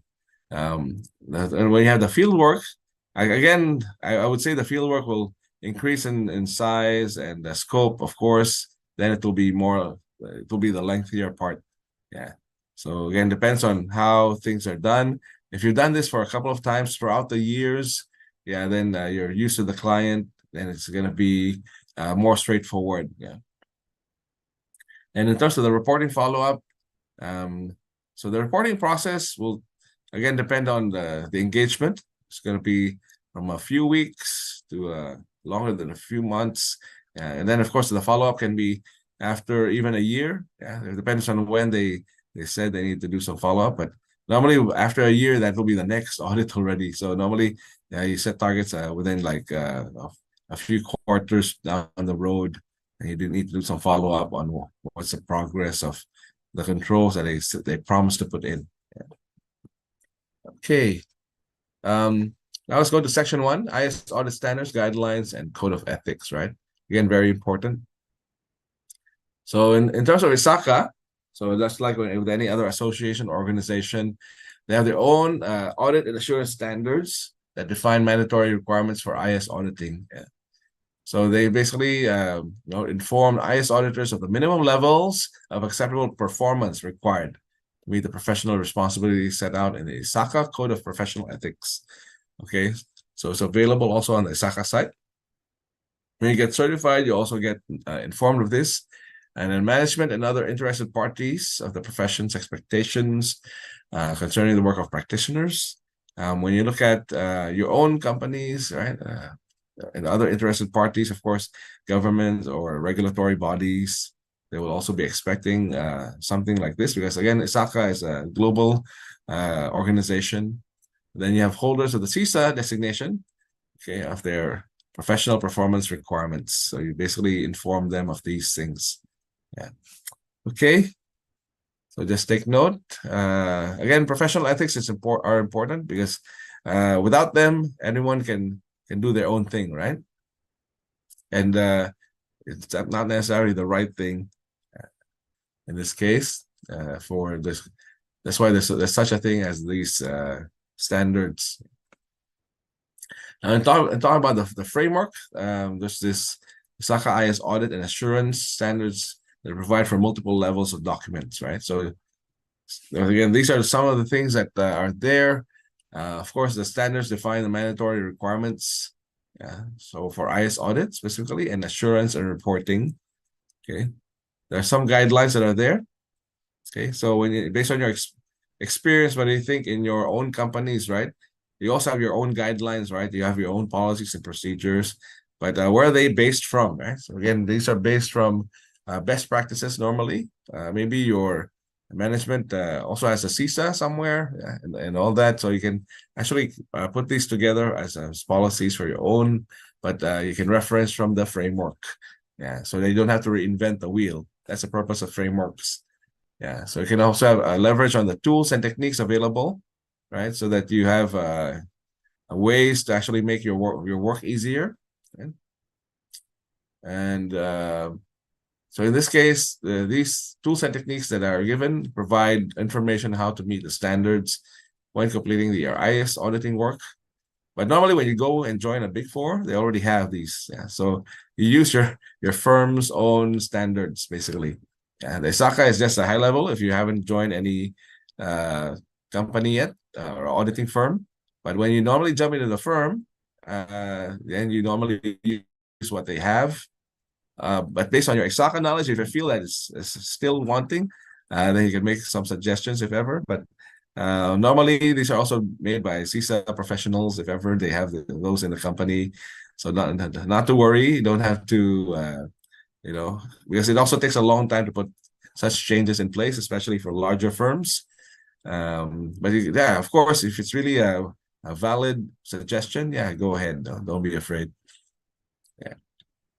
Okay. Because sometimes some firms, again, some firms are based on partnerships. So from different countries, they can be coming from a smaller firm but kind of background, and then they grew and grew until the point that actually they couldn't manage it anymore. So you have to make improvements along the way depending on your size, the size of your firm, right? Yeah. So you can use tools. You can have your own CRM or similar kind of solutions to manage your clients. And then, of course, your engagements as well, and your engagement pipeline, because, yeah, it's a little bit of the sales side of things, right? Business development and sales, because you have to get the business in, more work to be had. And also in terms of your audit papers, right? Your work papers, where do you keep them? You have to make sure that they're all in a very, very secure place. Yeah. So how do you manage the audit and keep your work papers safe and secure? So you have to build all these processes around, and normally it doesn't happen overnight, right? And when your Singapore firm initially set up, they started with only a few people. So not everyone can actually put these things in place at that time. They started growing. So when you start growing, that's when you patch on. Sometimes it's a patchwork of things happening, and then it's also good to review them at the end of the day, so you can see if there are any improvements you can make that will still align to these IS audit standards, audit and assurance standards framework. Yeah. And then you have these standards and guidelines. Well, there are three categories that are here: general, performance, and reporting. Right. So you want to apply general guiding principles normally, apply to the conduct of all assignments or engagements. I'm not sure what your firm will call it. Yeah. And deal with ethics, independence, objectivity, and due care, as well as knowledge, competency, and skill. So this is something that you're trying to learn along the way. Yeah. That's why normally when you engage with clients, they check on these knowledge, competency, and skill of the resources that are being assigned to them. That's why they ask for the CVs, especially for group audits. There's normally standard requirements that you submit and put in the audit papers, right? Especially for the audit charter and the engagement letter. Yeah. These are some of the things that are put in place as attachments. Yeah. Then you have the performance, deal with the conduct of the assignments, such as planning and supervision, scoping, risk and materiality. Yeah. So again, it's all about finding and prioritizing the risk, right? Your resources. Yeah. So normally you have to plan these in advance. I'm not sure for other firms, but yeah, normally it's mad rush for resources normally, especially during peak periods. So normally this is where relationships come in. You have to make sure that you are friendly with those key people that will give you resources, and the resources themselves who will want to join your team and work with you and prioritize your engagements if ever there are conflicts. Because again, working for a Big Four, for example, as what Anna would probably know, is not so straightforward. They give you several engagements at the same time, so you have to juggle. Yeah, so life of an IT auditor is really not so easy. If you again compared to probably some, but again, that's not to say that other professions are also not having difficult times as well. So again, it's common to have some overloading to a certain extent because of the lack of resources. Yeah. So this is the case. And then, again, depending on the deadlines as well. So you have to book your resources. It's nicely put there sometimes as X percentage that you of the time that they booked, but sometimes it's not realistic as well, right? Because then you have to manage the client meetings, different internal meetings scheduled as well, plus the actual work. Yeah, I guess you have to do the actual work. You have to spend time on it, and if there's a rework, yeah, then that actually messes up a lot of these bookings. So you have to probably extend certain bookings and resources. Okay, so just to again for those who are really new to audit, normally when you have these audit firms, they have a system normally to see everyone who can be booked for resources. So of course, based on skill sets, based on position, okay, those are some of the criteria that you look at, and based on a department sometimes also you'll be able to search for the resources and book them properly, right? So if you have a regular set of resources that you team up with, depending on the size of the team, it's not as simple as just a handful sometimes.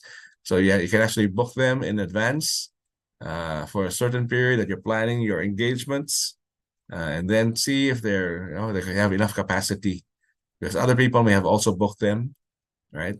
And once you get along that line, it's you have to manage the resources yourself as well, making sure that they're onboarded properly, and then getting used to the project.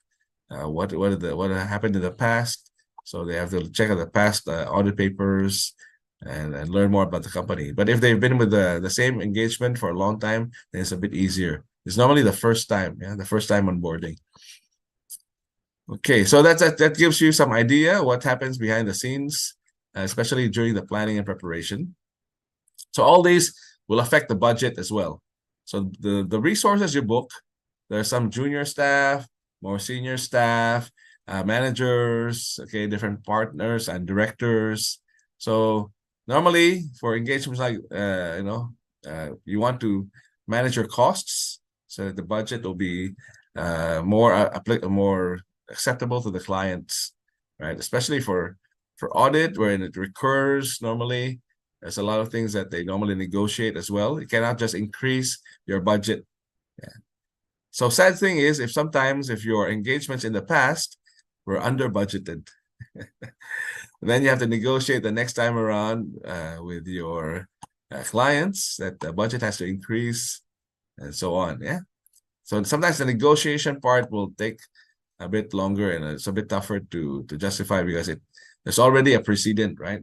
How come it's the same effort and all that happened in the past, and then they found out last year that they actually they were over budget, something like that. So that means technically they quoted lower, right? Okay, so in this case, things like reporting as well. So in terms of reporting, you want to have the kind of means of communication and the information communicated. So there should be some agreed reporting, and for audits, you have to treat it all these as confidential. Okay, so you have to put in the proper security. If you need to always encrypt your files, yeah, please do so, because there might be times that you're sending to clients and you're sent to the wrong email. What happens if that's the case? Yeah, so that's why normally if your company has to think of ways and how to prevent such mistakes from having a huge impact. So encryption is one way. Sometimes it's troublesome, but it has to be done.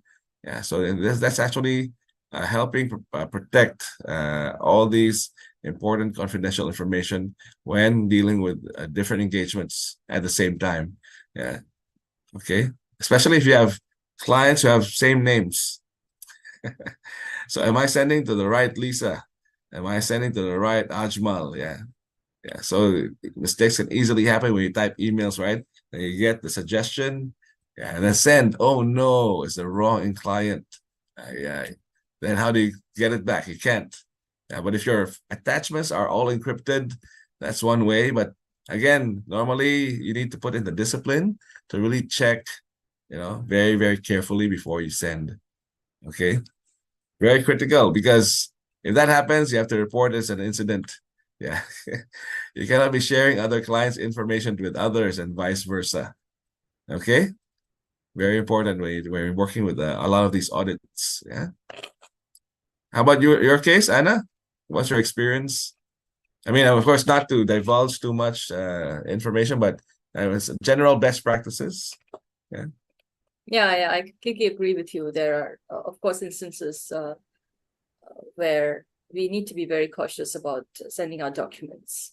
But I think even beyond sending it out to the clients, it could even be internal stakeholders as well. Internal as well, right? Yes. I've had experience working in private banking, and they are very, very the private bankers, the relationship managers are very, very cautious about their client information. So if you're sending out from the risk management side, we're sending out any queries or any particular information out to the RMs, the relationship managers, right? So we need to make sure that we are sending it out for their particular client and not for any other relationship manager's client. Right. That kind of information is very, very sensitive. So it's Agreed. not only for the external parties, but within internal stakeholders also, this is something that we need to be very, very mindful of. Yes, that's right. Thanks for that, Anna. Yeah, so a lot of things have to be very precise. You have to really go and make sure that you're sending to the right people. Yeah, but encryption helps in a way that, lessens the impact. Yeah? But again, please don't send in the first place to the wrong people if you can. Yeah? But that's why the control is there too. So as a safety net. Okay, next. Any questions on this so far? The standards and guidelines in terms of the 3 categories. Yeah. So general, performance, and reporting. Yeah. Okay. In terms of the ISACA IS audit and assurance guidelines, okay, can anyone help read the 3 boxes here? Maybe Jake? Yeah.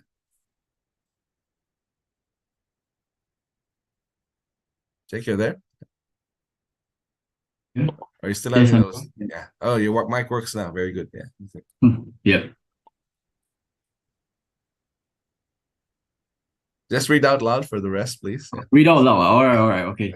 Yeah. Consider them in determining how to implement ISCA audit and assurance standards.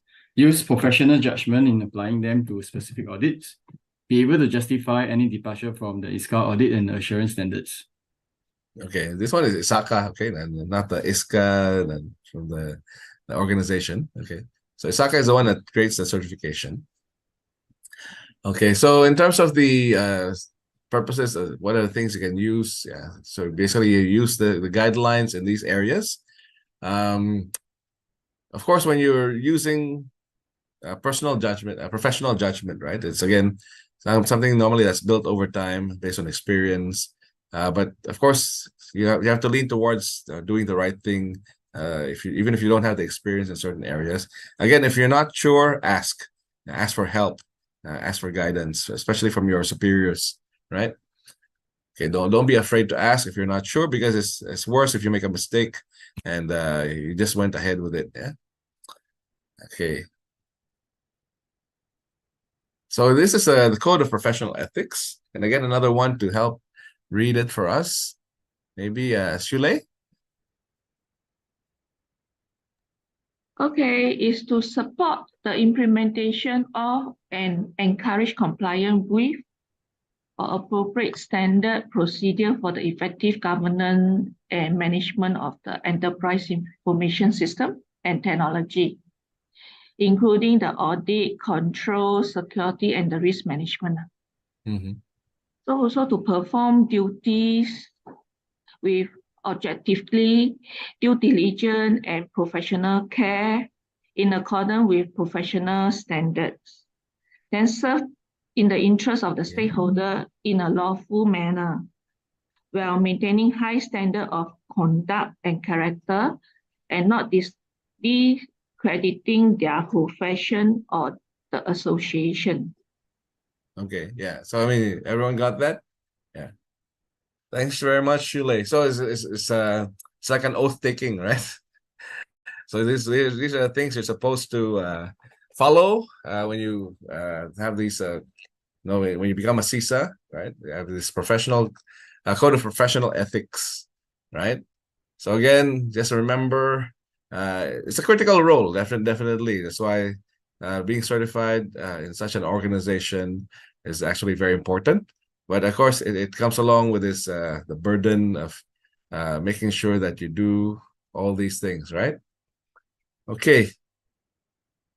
Anything that strikes you here, Sule or anyone else? Yeah.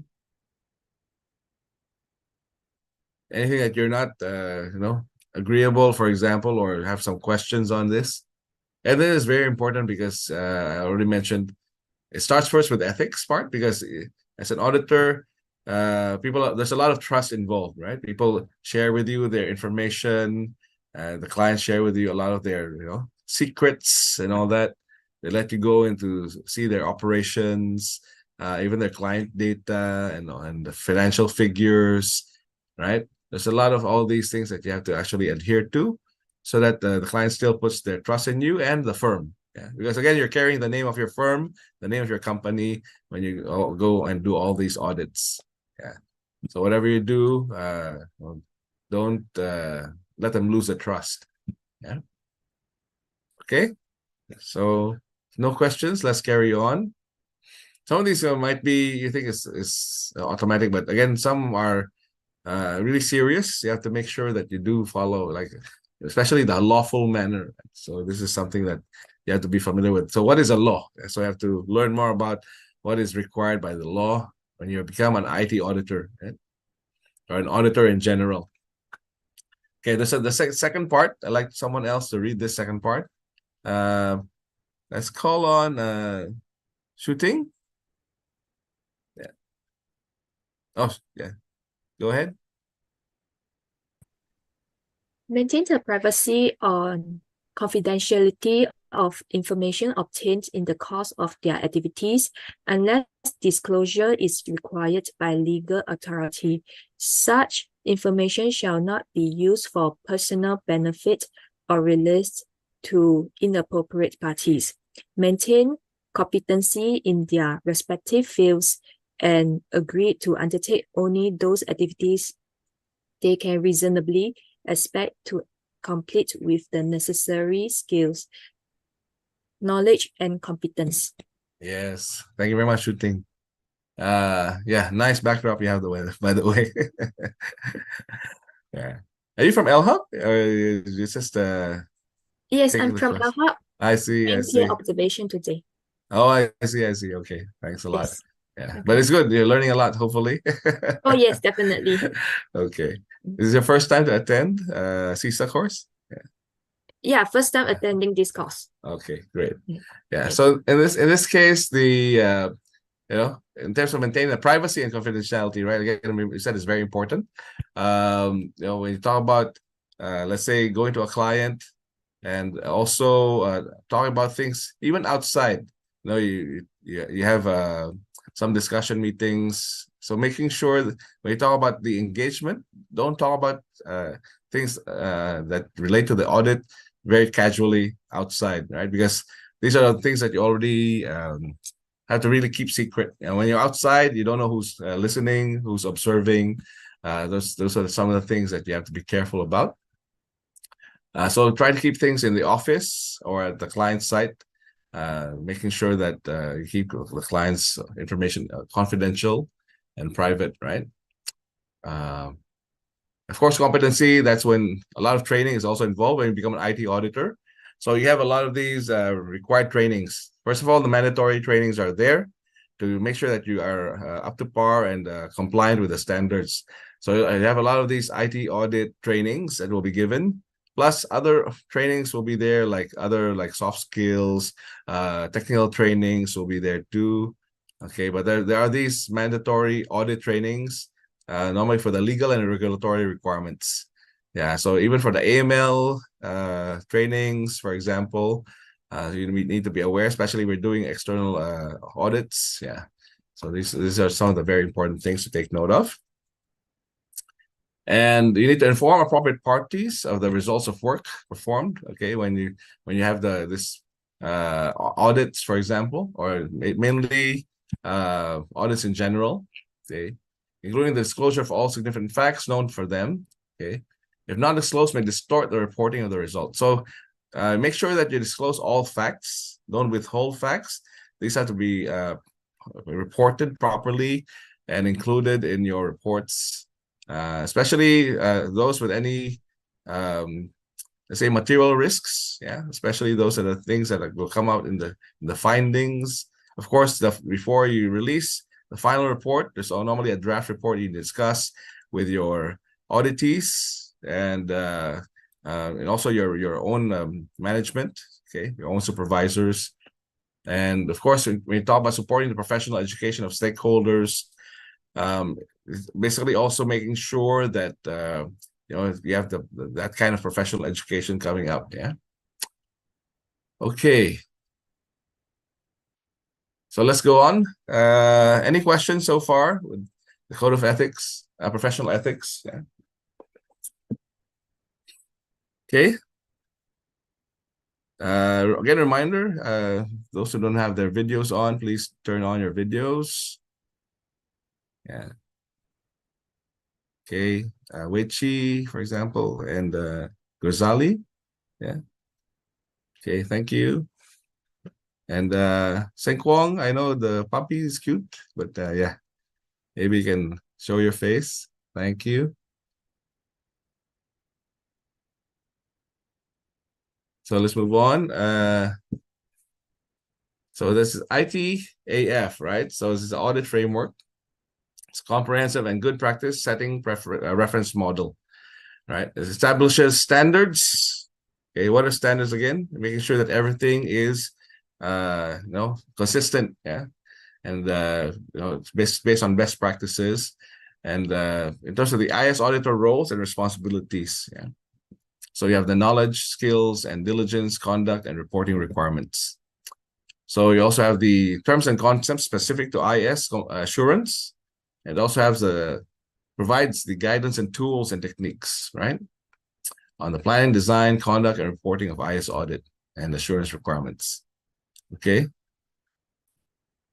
Any questions before we go on to the next unit? Okay, now let's talk about business processes. This is where the meat of audit comes in, right? You have to go in and learn about the business processes. You find out new things. Okay, so that's very, very important. And the thing is, if you're totally new, it would be good to do some research. Normally, if you're in an audit firm, they will have some background on each industry. You can go for trainings on the specific industry, or if you have any information about the client itself, you can go back to past audit files. Yeah, so you can actually request for such files and make sure that you have access to them to actually review them. Yeah. So again, it involves a lot of work. You have to do the homework. So when you get to the client, you're readily available. Yeah. So you basically you'll be able to give your own proper questioning, proper insights during the discussions, right? Okay, because they expect you to be experts. Actually, basically, when you come in, you do the audit. Although you're the ones asking questions all the time, when they reply back to you, don't feel like you're lost, right? Or sometimes if you ask some very basic questions, yeah, it might seem silly to them. Yeah, so it would be good if you're able to understand what they reply to you. But of course, we don't expect to know everything, but at least most of the basic things, right? So that's some of the things that we can add as a value add to the client when you do our IT audits. So the key actions here would be to understand and evaluate business processes, test and evaluate operational controls, and make sure that you identify the controls for each area. So policies, procedures, practices, and org structures even, yeah? So anyone knows why organizational structures are important when you're doing the IT audit? Which ones? Let's call on anyone new? Yao Heng?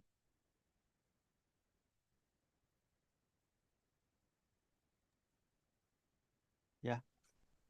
Yeah. So can you give me some idea why you will also need to include certain controls for the organizational structures? Yeah. Controls for organizational structures. Yeah. Before we deep dive into it. You need to know what are the current controls before you can see whether they are effective or not. Okay, yes. Again, we're still in the planning stage, right? So well, in terms of the planning, what are the things you need to know about the org structure? Yeah, I mean, you need to there's know policies, what's the procedures, current practices. controls, right? Mm-hmm. And then that's how you compare them against the risk and whether they're effective or not. Okay, yeah, correct. I mean, there's partially correct. I mean, there's a couple of things that you can look at when you look at organizational structures.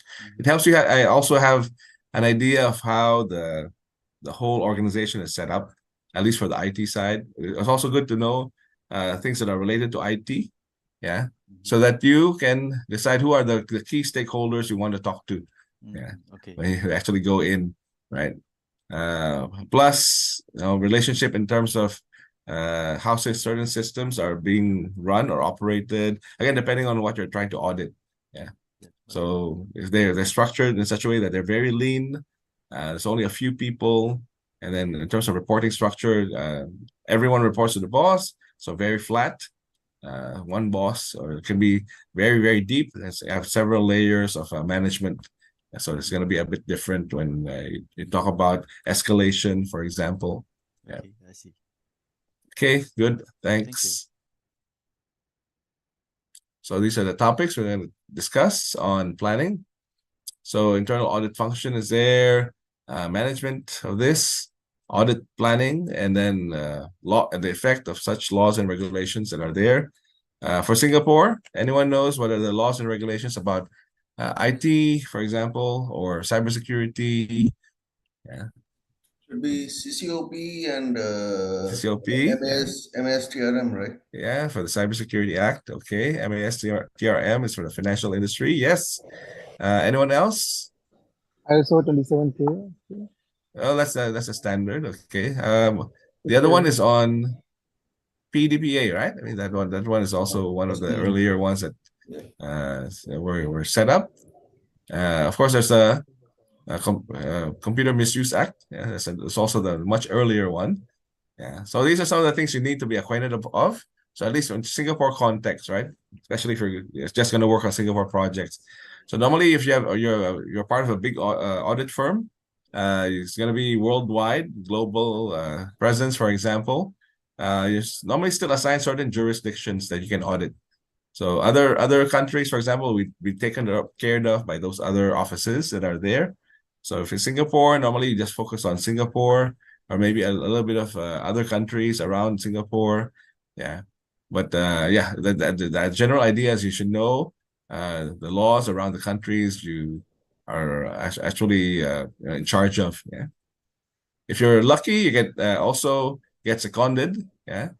And so that's some part of the glamorous roles of IT auditors or auditors in general. You get seconded to the other countries where your company is also based in, and then you sometimes do this kind of resource swap. Okay, so that will be interesting for you to experience other countries. Yeah, but yeah. So of course you get acquainted with the other countries. Sometimes the secondment can be just a few months, or it can be a year. Yeah, so depending on how long the secondment is. Yeah. So even during the pandemic, you might have had a chance to go if ever, but yeah, then there'll be a different story, more restrictions, right? Okay, now in terms of the business process applications and control, similarly to the policies, you also have to consider the actual controls around the business process, right? So this is the approach. And then in terms of the internal audit function, okay. So when you say internal audit, normally these are the groups of people, okay. Normally if the company values audit or checking of such controls, they will set up an internal audit function, right? And these are the people who actually will do the auditing internally before the actual external auditors come in, right? Again, to prepare the company for all these small preparations that you can do, or maybe not necessarily small, yeah, or in this case, at least make sure that they cover all the bases first, prepare, and do the groundwork before you get the external auditors to come in. Yeah. Okay. Anyone here has companies with internal auditors? I've heard that one of you is an internal auditor right now. Who is that? Yeah, of course. But you belong to your own. You belong to the Big Four, right? So Yeah, I belong to the yeah. Big Four, but I Yeah, haven't yeah, done the SCIA. Yeah. I see. Yes, that's right. Yes. Okay. I'm looking for those end users that have the internal audit function. Yes. Okay, none, right? I thought there's someone else. Yeah, but anyway, maybe shy. Okay, now let's in this case they will have this audit charter also when you have this it's an overarching document, right, that covers the entire scope of audit activities that this kind of internal audit function will have. So normally when you're from an external audit side, you will also try to have this engagement letter, right? Because you have to formally put in writing the engagement. Yeah, you're having this, I would say, audit engagement. So these are very specific exercises. Let's say for the specific year, you did this kind of work. So you have to have the engagement letter and then attach the scope to it and all the details for the engagement. Plus, of course, the budgets and the fees. And then the charter should clearly state management's responsibility and objectives for delegating such authority, for example. Yeah, so a lot of things that are put inside the charter need to be agreed on. Yeah, so once you define who are the key stakeholders, of course, companies should also have an audit committee on the board. So the audit committee will also help, and sign off on all these as well. Yeah. So here, I think because since we don't have an internal auditor per se, the internal audit function will try to coordinate these as well. Okay.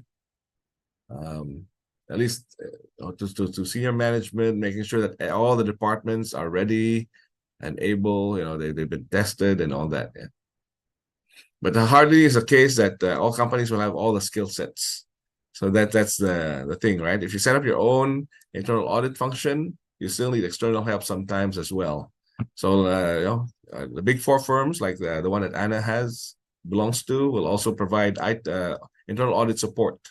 Yeah, so these are more like advisory service. So that's when, depending on the engagement as well, you will have internal audit support, more like additional resource.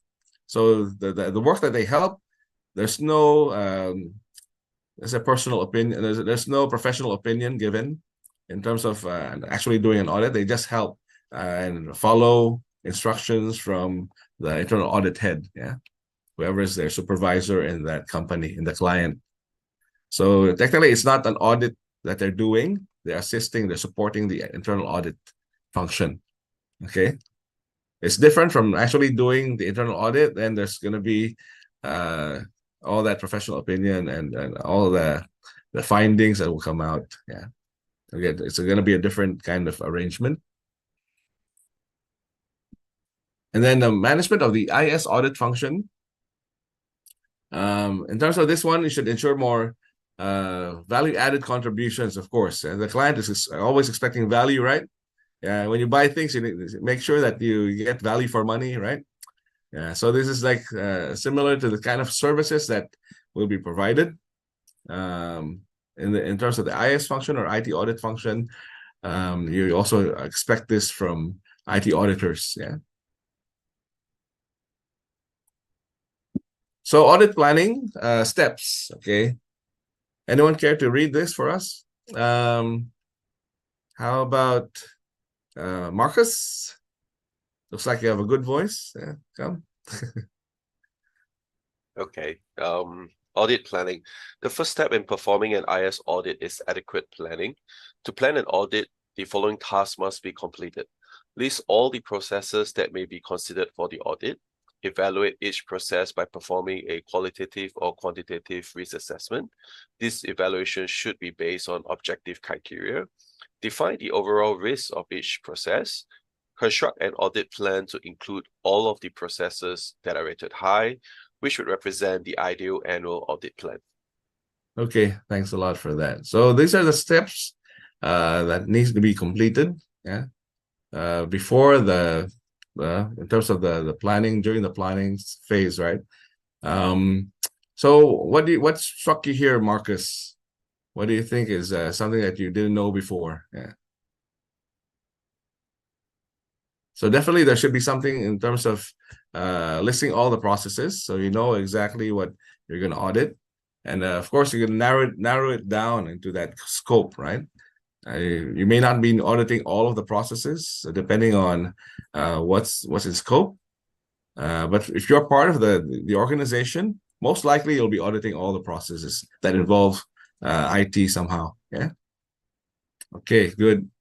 In terms of the qualitative or quantitative, right? Risk assessment. Anyone here has done a risk assessment before?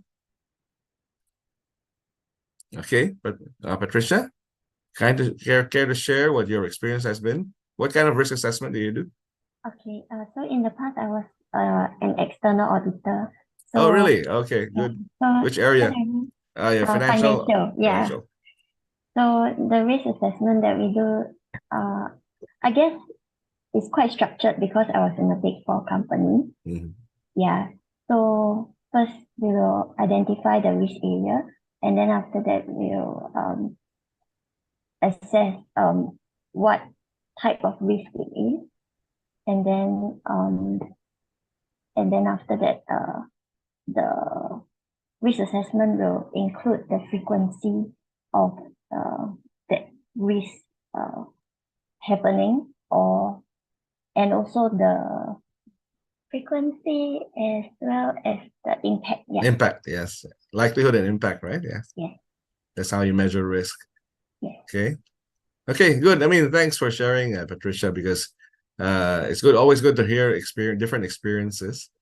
So again, sometimes you really can't get a number value, so you go with the qualitative. What is qualitative? Normally, you set low, medium, high, for example, something instead of a metric, right? Where you can actually have actual measurements in units. Yeah. But at the same time, it still somehow helps you assess and prioritize accordingly. So you go for the high first, and then the next time medium, and then the low, right? Or maybe low, you just accept the risk, and then just go with it. Depending on the risk appetite, there's such a thing as a risk appetite that you call it. So the risk appetite will be the one that you actually also use as a basis of whether the organization is good enough. So the management will decide whether they can take on the risk or not. Yeah. And then in terms of the overall risk of each process, there's a way to compute it. Basically, combine the risks, and there's also the making sure which ones stand out. Yeah, because sometimes there are some mitigators, mitigating controls, right, that you put in place. So in terms of the overall risk, is it going to be a huge impact or not? That means when you talk about the whole process from end to end, right? And then constructing an audit plan to include all the process that are rated high, which definitely will be your priority. And if you have time or enough budget and scope, again, from which perspective, it's the client or your your own company. If you're doing it internally, then you can go ahead as well. Yeah. Any questions before we proceed? Okay, let's move on. Assessment, right, should also Yes. look at different aspects, right? Like example, regulatory or financials, because Patricia just now mentioned financial, right? So example, regulatory, operational, and all that also, right? Maybe Yes, because yes. we have done different risk assessments. Yeah, so normally if you have enterprise risk management, you actually cover all the different areas. Of course, you have to park it in the risk register. So the risk register is basically where you place all your identified risks, and you keep track of it basically so that you can manage it, you prioritize it, you classify it. Yeah. Wait, someone sent. Oh yes. Okay. Okay, sure. Thanks, Shooting. Okay, bye. Okay, let's go ahead and talk about the different areas in terms of enterprise risk management, right? There's a couple of things when you look at enterprise risk management. Normally there's a group like the risk management teams that are there in companies who really just look at risk, right? That's basically very specialized. Can be a combined GRC team. We call it governance, risk, and compliance. Yeah, so this can also be a combined team. Take care of all these areas. And then they will come up and coordinate with everyone else. They go around the company or sending out certain templates or questionnaires, trying to collect all these. And of course, they have to discuss all the details with them and find out. It's not an easy process. Yeah, I know, because again, it's a whole company we're talking about, right? And can be a very long list of risks. Yeah. And later on, when you identify the risk, you prioritize it, and you have to put certain controls there as well. Again, it depends on the maturity level of the company or the client. Yeah. So normally these are the things that will also be built up over time. Yeah. Yeah. So financial risk is one. Even your let's say I don't know if you have a security risks. So again, these are the IT side of things. These are some of the things you actually can look at. Yeah. What else? Investment and all that. There's a couple of areas inside the company that will definitely be looked at. Again, for each department, even from the manufacturing side, procurement side, or the procurement risk and all that. Supply chain, especially now, supply chain can be an issue because of certain wars happening, changes in regulations. Yeah. Okay. So these are some of the things that you have to look at in terms of also the geopolitical situation in different areas. Yeah. Okay. So when do you audit? So let's go on to this topic. Yeah. So there's a short-term planning. It involves all audit issues that we covered during the year. Okay, very concise. Then you have the long-term planning. Basically, it can be all risk-related issues, right, that might be affected by the organization's IT strategic direction. So normally you have this IT strategic direction set up by your IT strategy committee, or even the IT management in general, if you don't have an IT committee. Because not all companies value IT that to a certain extent, depending on the type of company, especially like manufacturing firms. If they don't see IT as a profit center, sometimes they'll see it mostly as a cost center, right? And sometimes they don't put much prominence in it. And depending on their maturity, they might not feel the need to actually set up a separate IT strategy committee. Okay, so these are some of the considerations. So they just leave it to the management to actually decide and go on with it. Otherwise, escalate to the board for any major investments that need to be done for IT. Yeah. And then the new control issues. Yeah. So there can be some things that are introduced, and what are the things that need to be fixed on that. So some example of new controls, anyone? You can type in the chat some of these examples of new controls. Yeah.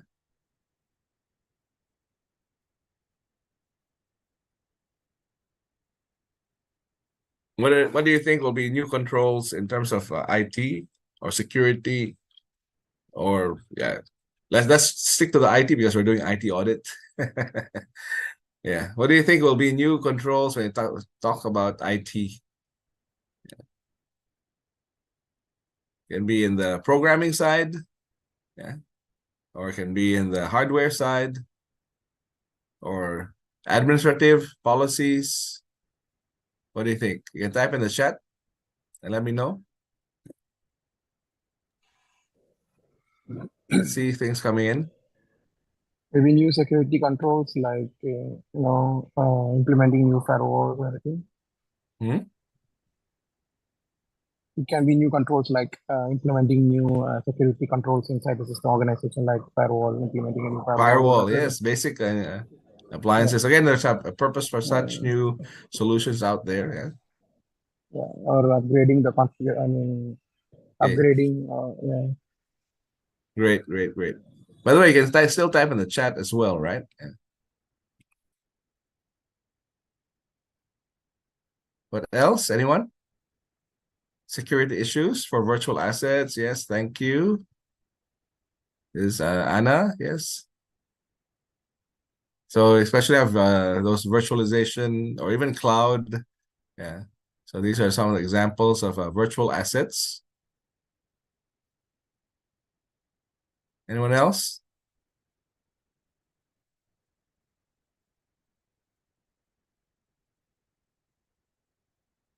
Don't be shy. Either you say it out loud or unmute yourselves or you type it in. Here we're trying to learn. So let's try to find out what could be the new controls, because we always talk about controls. What do you think are controls? Yeah. Or changes in process. It could be a change. You added a new step in the procedures, right? Maybe it has an issue and you have to find out when to audit that. Yeah. Okay. So these are some of the things when you say that, oh, yes, I need to audit. Yeah, maybe it's time to audit this.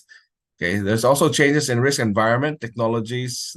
Like mentioned, you introduce new systems, major systems, like you overhauled, or you upgraded to a new ERP system or CRM system, right? Or accounting system even. Or new business processes. Maybe you had a merger, an acquisition. Yeah. So you're taking in a new company with their own set of IT infrastructure and assets. So how do you merge that with your own? Will everyone be in sync or be able to work together? You have to decide which ones to probably continue, which ones to integrate, and which ones to also phase out later on. Yeah. Or migrate to your existing one. So these are some of the things that could also be cause for an audit, right? Okay. Again, why is that? Anyone can explain why you need to do it when you have all these things? Especially with the changes in risk environment, technologies, and business process. What will be the risk? Maybe Ziwan? What do you think will be the risk? Why do you need to audit when there are changes in the risk environment, technologies, and business process? You need to keep it updated. Not only that, I mean that's already what they try to do, right? And they also updated the environment itself. But why do you need to audit it?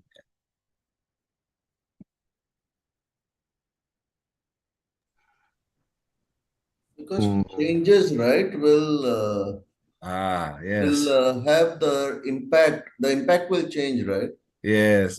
And so they basically review it again, right? Yeah, and then not see just if the it's impact. still... Yeah, also the likelihood or basically depending on the controls, right? If mainly the risk. So the risk levels might change. The overall risk might be affected. There might be other impacts to this new introduction. It's not always silo. There's always some dependencies. So that's good. Thanks very much, Gilbert. Yeah. I just want to bring you through the thought process, right? Because why do we need to do an audit really? I know these are listed here, but if you don't know the reason why you're actually trying to do it, sometimes you get lost in the whole say routine kind of procedures, right? I just need to do it because it says that when there's a change in risk environment, I need to go there and do an audit. Yeah, but you don't know why. Yeah, so the important thing is to know why you need to do it so that you can actually find out exactly what you're looking for, right? Yeah, so like in the changes in risk environment, I have to find actually if there's a real change to the impact, to the risk, right? The likelihood of things happening, the risk levels. Yeah, what are other things that need to be considered now that this new thing is here? Yeah, maybe last time it's a different story because it wasn't there, but now that it's here, are there new risks that I need to consider? Yeah, like if I introduce the cloud, everyone went on the cloud, or introduce BYOD. What are the new risks that I need to be careful of? Yeah, and prepare for. Yeah. So again, you have to know the whys behind it, right? Okay. Thanks very much, Gilbert. Yeah, thanks a lot. Yeah. So these are again audit planning steps. Now, earlier it seemed to be very simple, right? You saw the audit is like a 3-step only, and then now you see so many steps in the planning phase itself. Then these are the main things that you look at. Yeah. So similarly, in my past life, this is basically also trying to do all these things.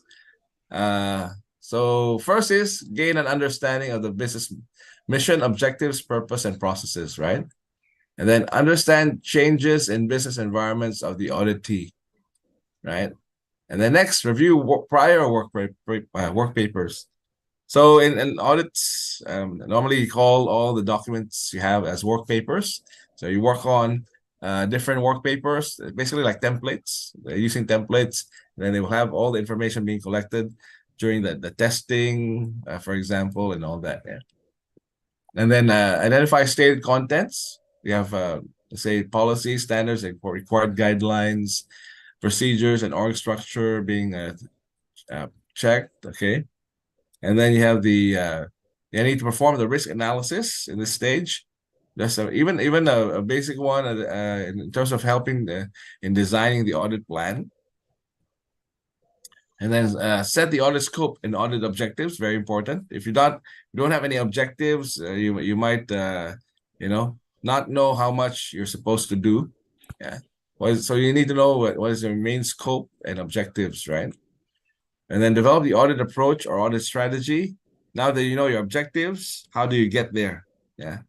You take a bus or a train, a cab, car. So in this case, you have to make sure that you go for the more efficient route and how many resources you need and all that. And then assign personnel resources, and actually assign them now.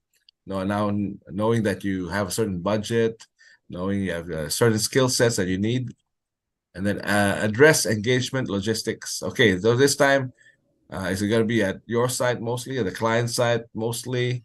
So how are you going to go about it? Especially what if you need to travel? So sometimes, yeah, because you have to check also if you don't have counterparts in the other side. Yeah. Okay. So these are the audit planning steps. Okay. So the difficulty here sometimes, some of you may not have background in some of these things. So that's why I'm walking you through one by one, very, very detailed hand-holding, basically, just to make sure that you get it. Yeah. So sorry for those who are more advanced here. Really, I know some of you may be itching already to move on, but yeah, I'm really hand-holding those who are new. So just for your information, we have people here who probably don't even have some IT background. Yeah, so this is why I'm really hand-holding them, making sure that they understand. Or those with IT maybe, but no audit background. So audit is totally new. And that's why you are here to learn, right? Okay, good. Thank you. And yeah, I'm amazed. I mean, hats off to Wei Chi, who's really learning something really new, right? Yeah. But it's always good to learn. I think he can do it, right? He is basically one of the, I would say probably more up to date in terms of all this. He reads a lot. Yeah. Okay. Now in terms of the audit plan, should take into consideration the objectives. So these are additional considerations, right? So in terms of the IS audit, it's relevant to the audit area, right? And its technology, infrastructure, and business strategic direction. Okay. So this is when you read. This is when you need to read a lot. Get the background details, industry publications. You have to do a lot of research on that. How do you do that? Sometimes you need to subscribe. Even the blog sometimes will help. Yeah, but of course there are other sites. ISACA website is a good start. Yeah, because again they built this CISA and other certifications as well. So you can not only learn about IS audits or IT audits, but also learn about cloud, which is basically the course you had last week. You also have other areas in terms of developments in robotics, blockchain, AI. They will have some updates on all those things. Of course, they have the control objectives as well in IT. Yeah, COBIT. Yeah, it's also under CISA. Yeah, so under ISACA. So ISACA is a lot of things you can look at. Now, in terms of your side, reviewing prior audit reports and IT-related reports, that's also something that's very basic. But assuming it's available, yeah, because for example, if it's a totally new client, yeah, then you have to do all these digging. So no prior audits, but you can ask for their own audits from other auditors if they're willing to share, yeah, because that will be helpful as well. And then from the reviewing business and IT long-term strategic plans, which also help you have that in the back of your mind, so you already know that if things are not going according to that long-term strategic plan, right? When you're discussing it with some of the people, yeah, or the auditees. Okay, any questions so far?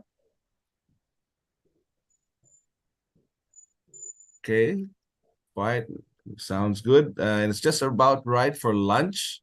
So why don't we take a break, everyone? Any questions? If none, anyway, I'll stick around here. I'll just be here. Yeah. So go ahead and enjoy lunch. We'll come back at 1 o'clock. Okay. Okay. Bye. Cheers. Pola. Sorry, Polo. Paulo. Yeah, fine. Yeah. Yeah. You have a question? Am I able to do the cloud recovery for Oh, yes, if you want today? to. Yeah, the thing is, how do we do it? I have to bring all the rest in the breakout room, huh? No, you mean So- for recovery? Can we do it one to one? As in just me and you? Yeah, no, that's why it has to be 1-to-1. Yeah. So Yeah. either we do it during this lunch or we do it in after the class. Yeah. I can only do it before 6. Yeah. So Okay. So now I think everyone, I'll move you to the breakout room, and that's fine, so that our friends from the 653 can continue, because some of them still have to clear their oral recovery for the other class. Yeah. Okay. Sorry, That's fine, Paulo. huh? Paulo. Yes. Yeah, Marcus here. Just to check, the slides that you are presenting, is it accessible from the Learning Hub as well, the LMS?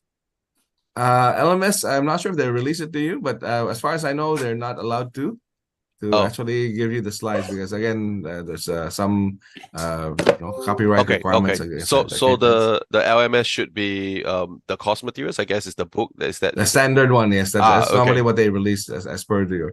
Okay, You already okay. have it anyway. Yeah. Okay, sure. All right. Thank you. Thanks. So yes. Okay. So I'll try to do yours after Weiqi then, huh? Okay. Me too. Yeah. I'll try to. Yeah. Sorry for the rest. So the rest, I'll have to put you in breakout rooms anyway. During lunchtime. Okay. So the idea is we'll try to do that lunchtime as an oral recovery timing for the rest. Okay, for the batch 653. Okay. But anyway, in the meantime, I'll put everyone first. So just go to the breakout room just a moment.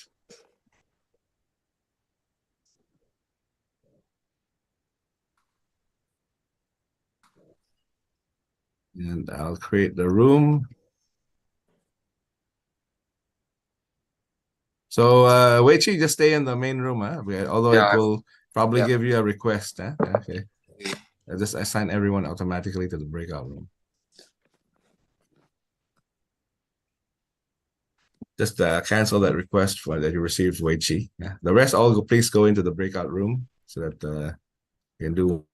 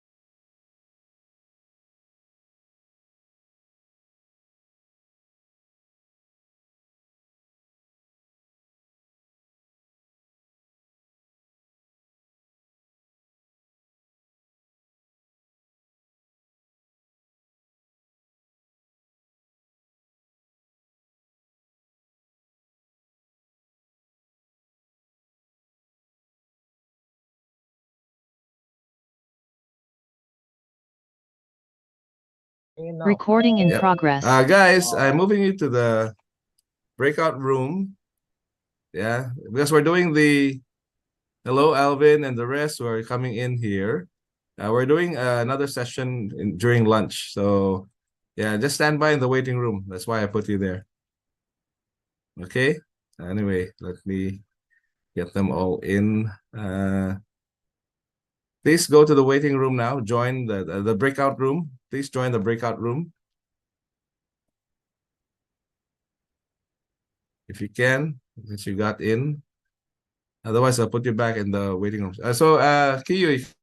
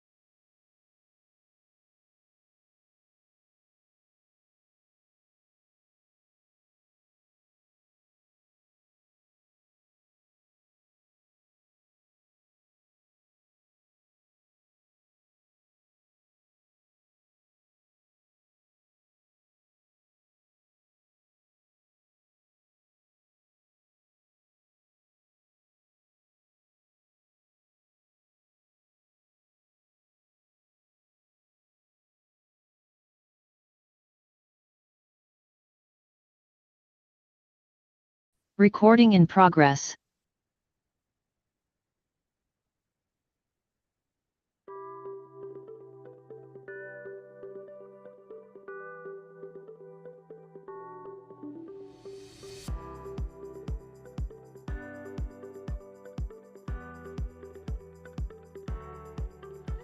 Recording in progress.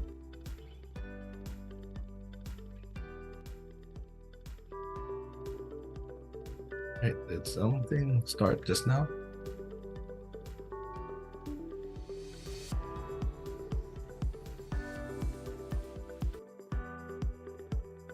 Something started just now. Wait, Recording in did, progress.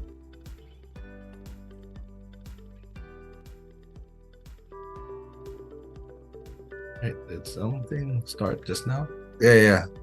I know, yeah, wait, something is playing just now, or what? Let me see. Something started just now. Recording in progress. Normally, is it mine or someone else's?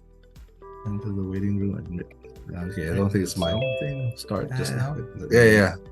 I know, yeah, wait, something is playing just now, or what? Let me see. Something started just now. Recording in progress. Normally, is it mine or someone else's? Into the waiting room. Okay, I don't think it's mine. Something start just now. Yeah.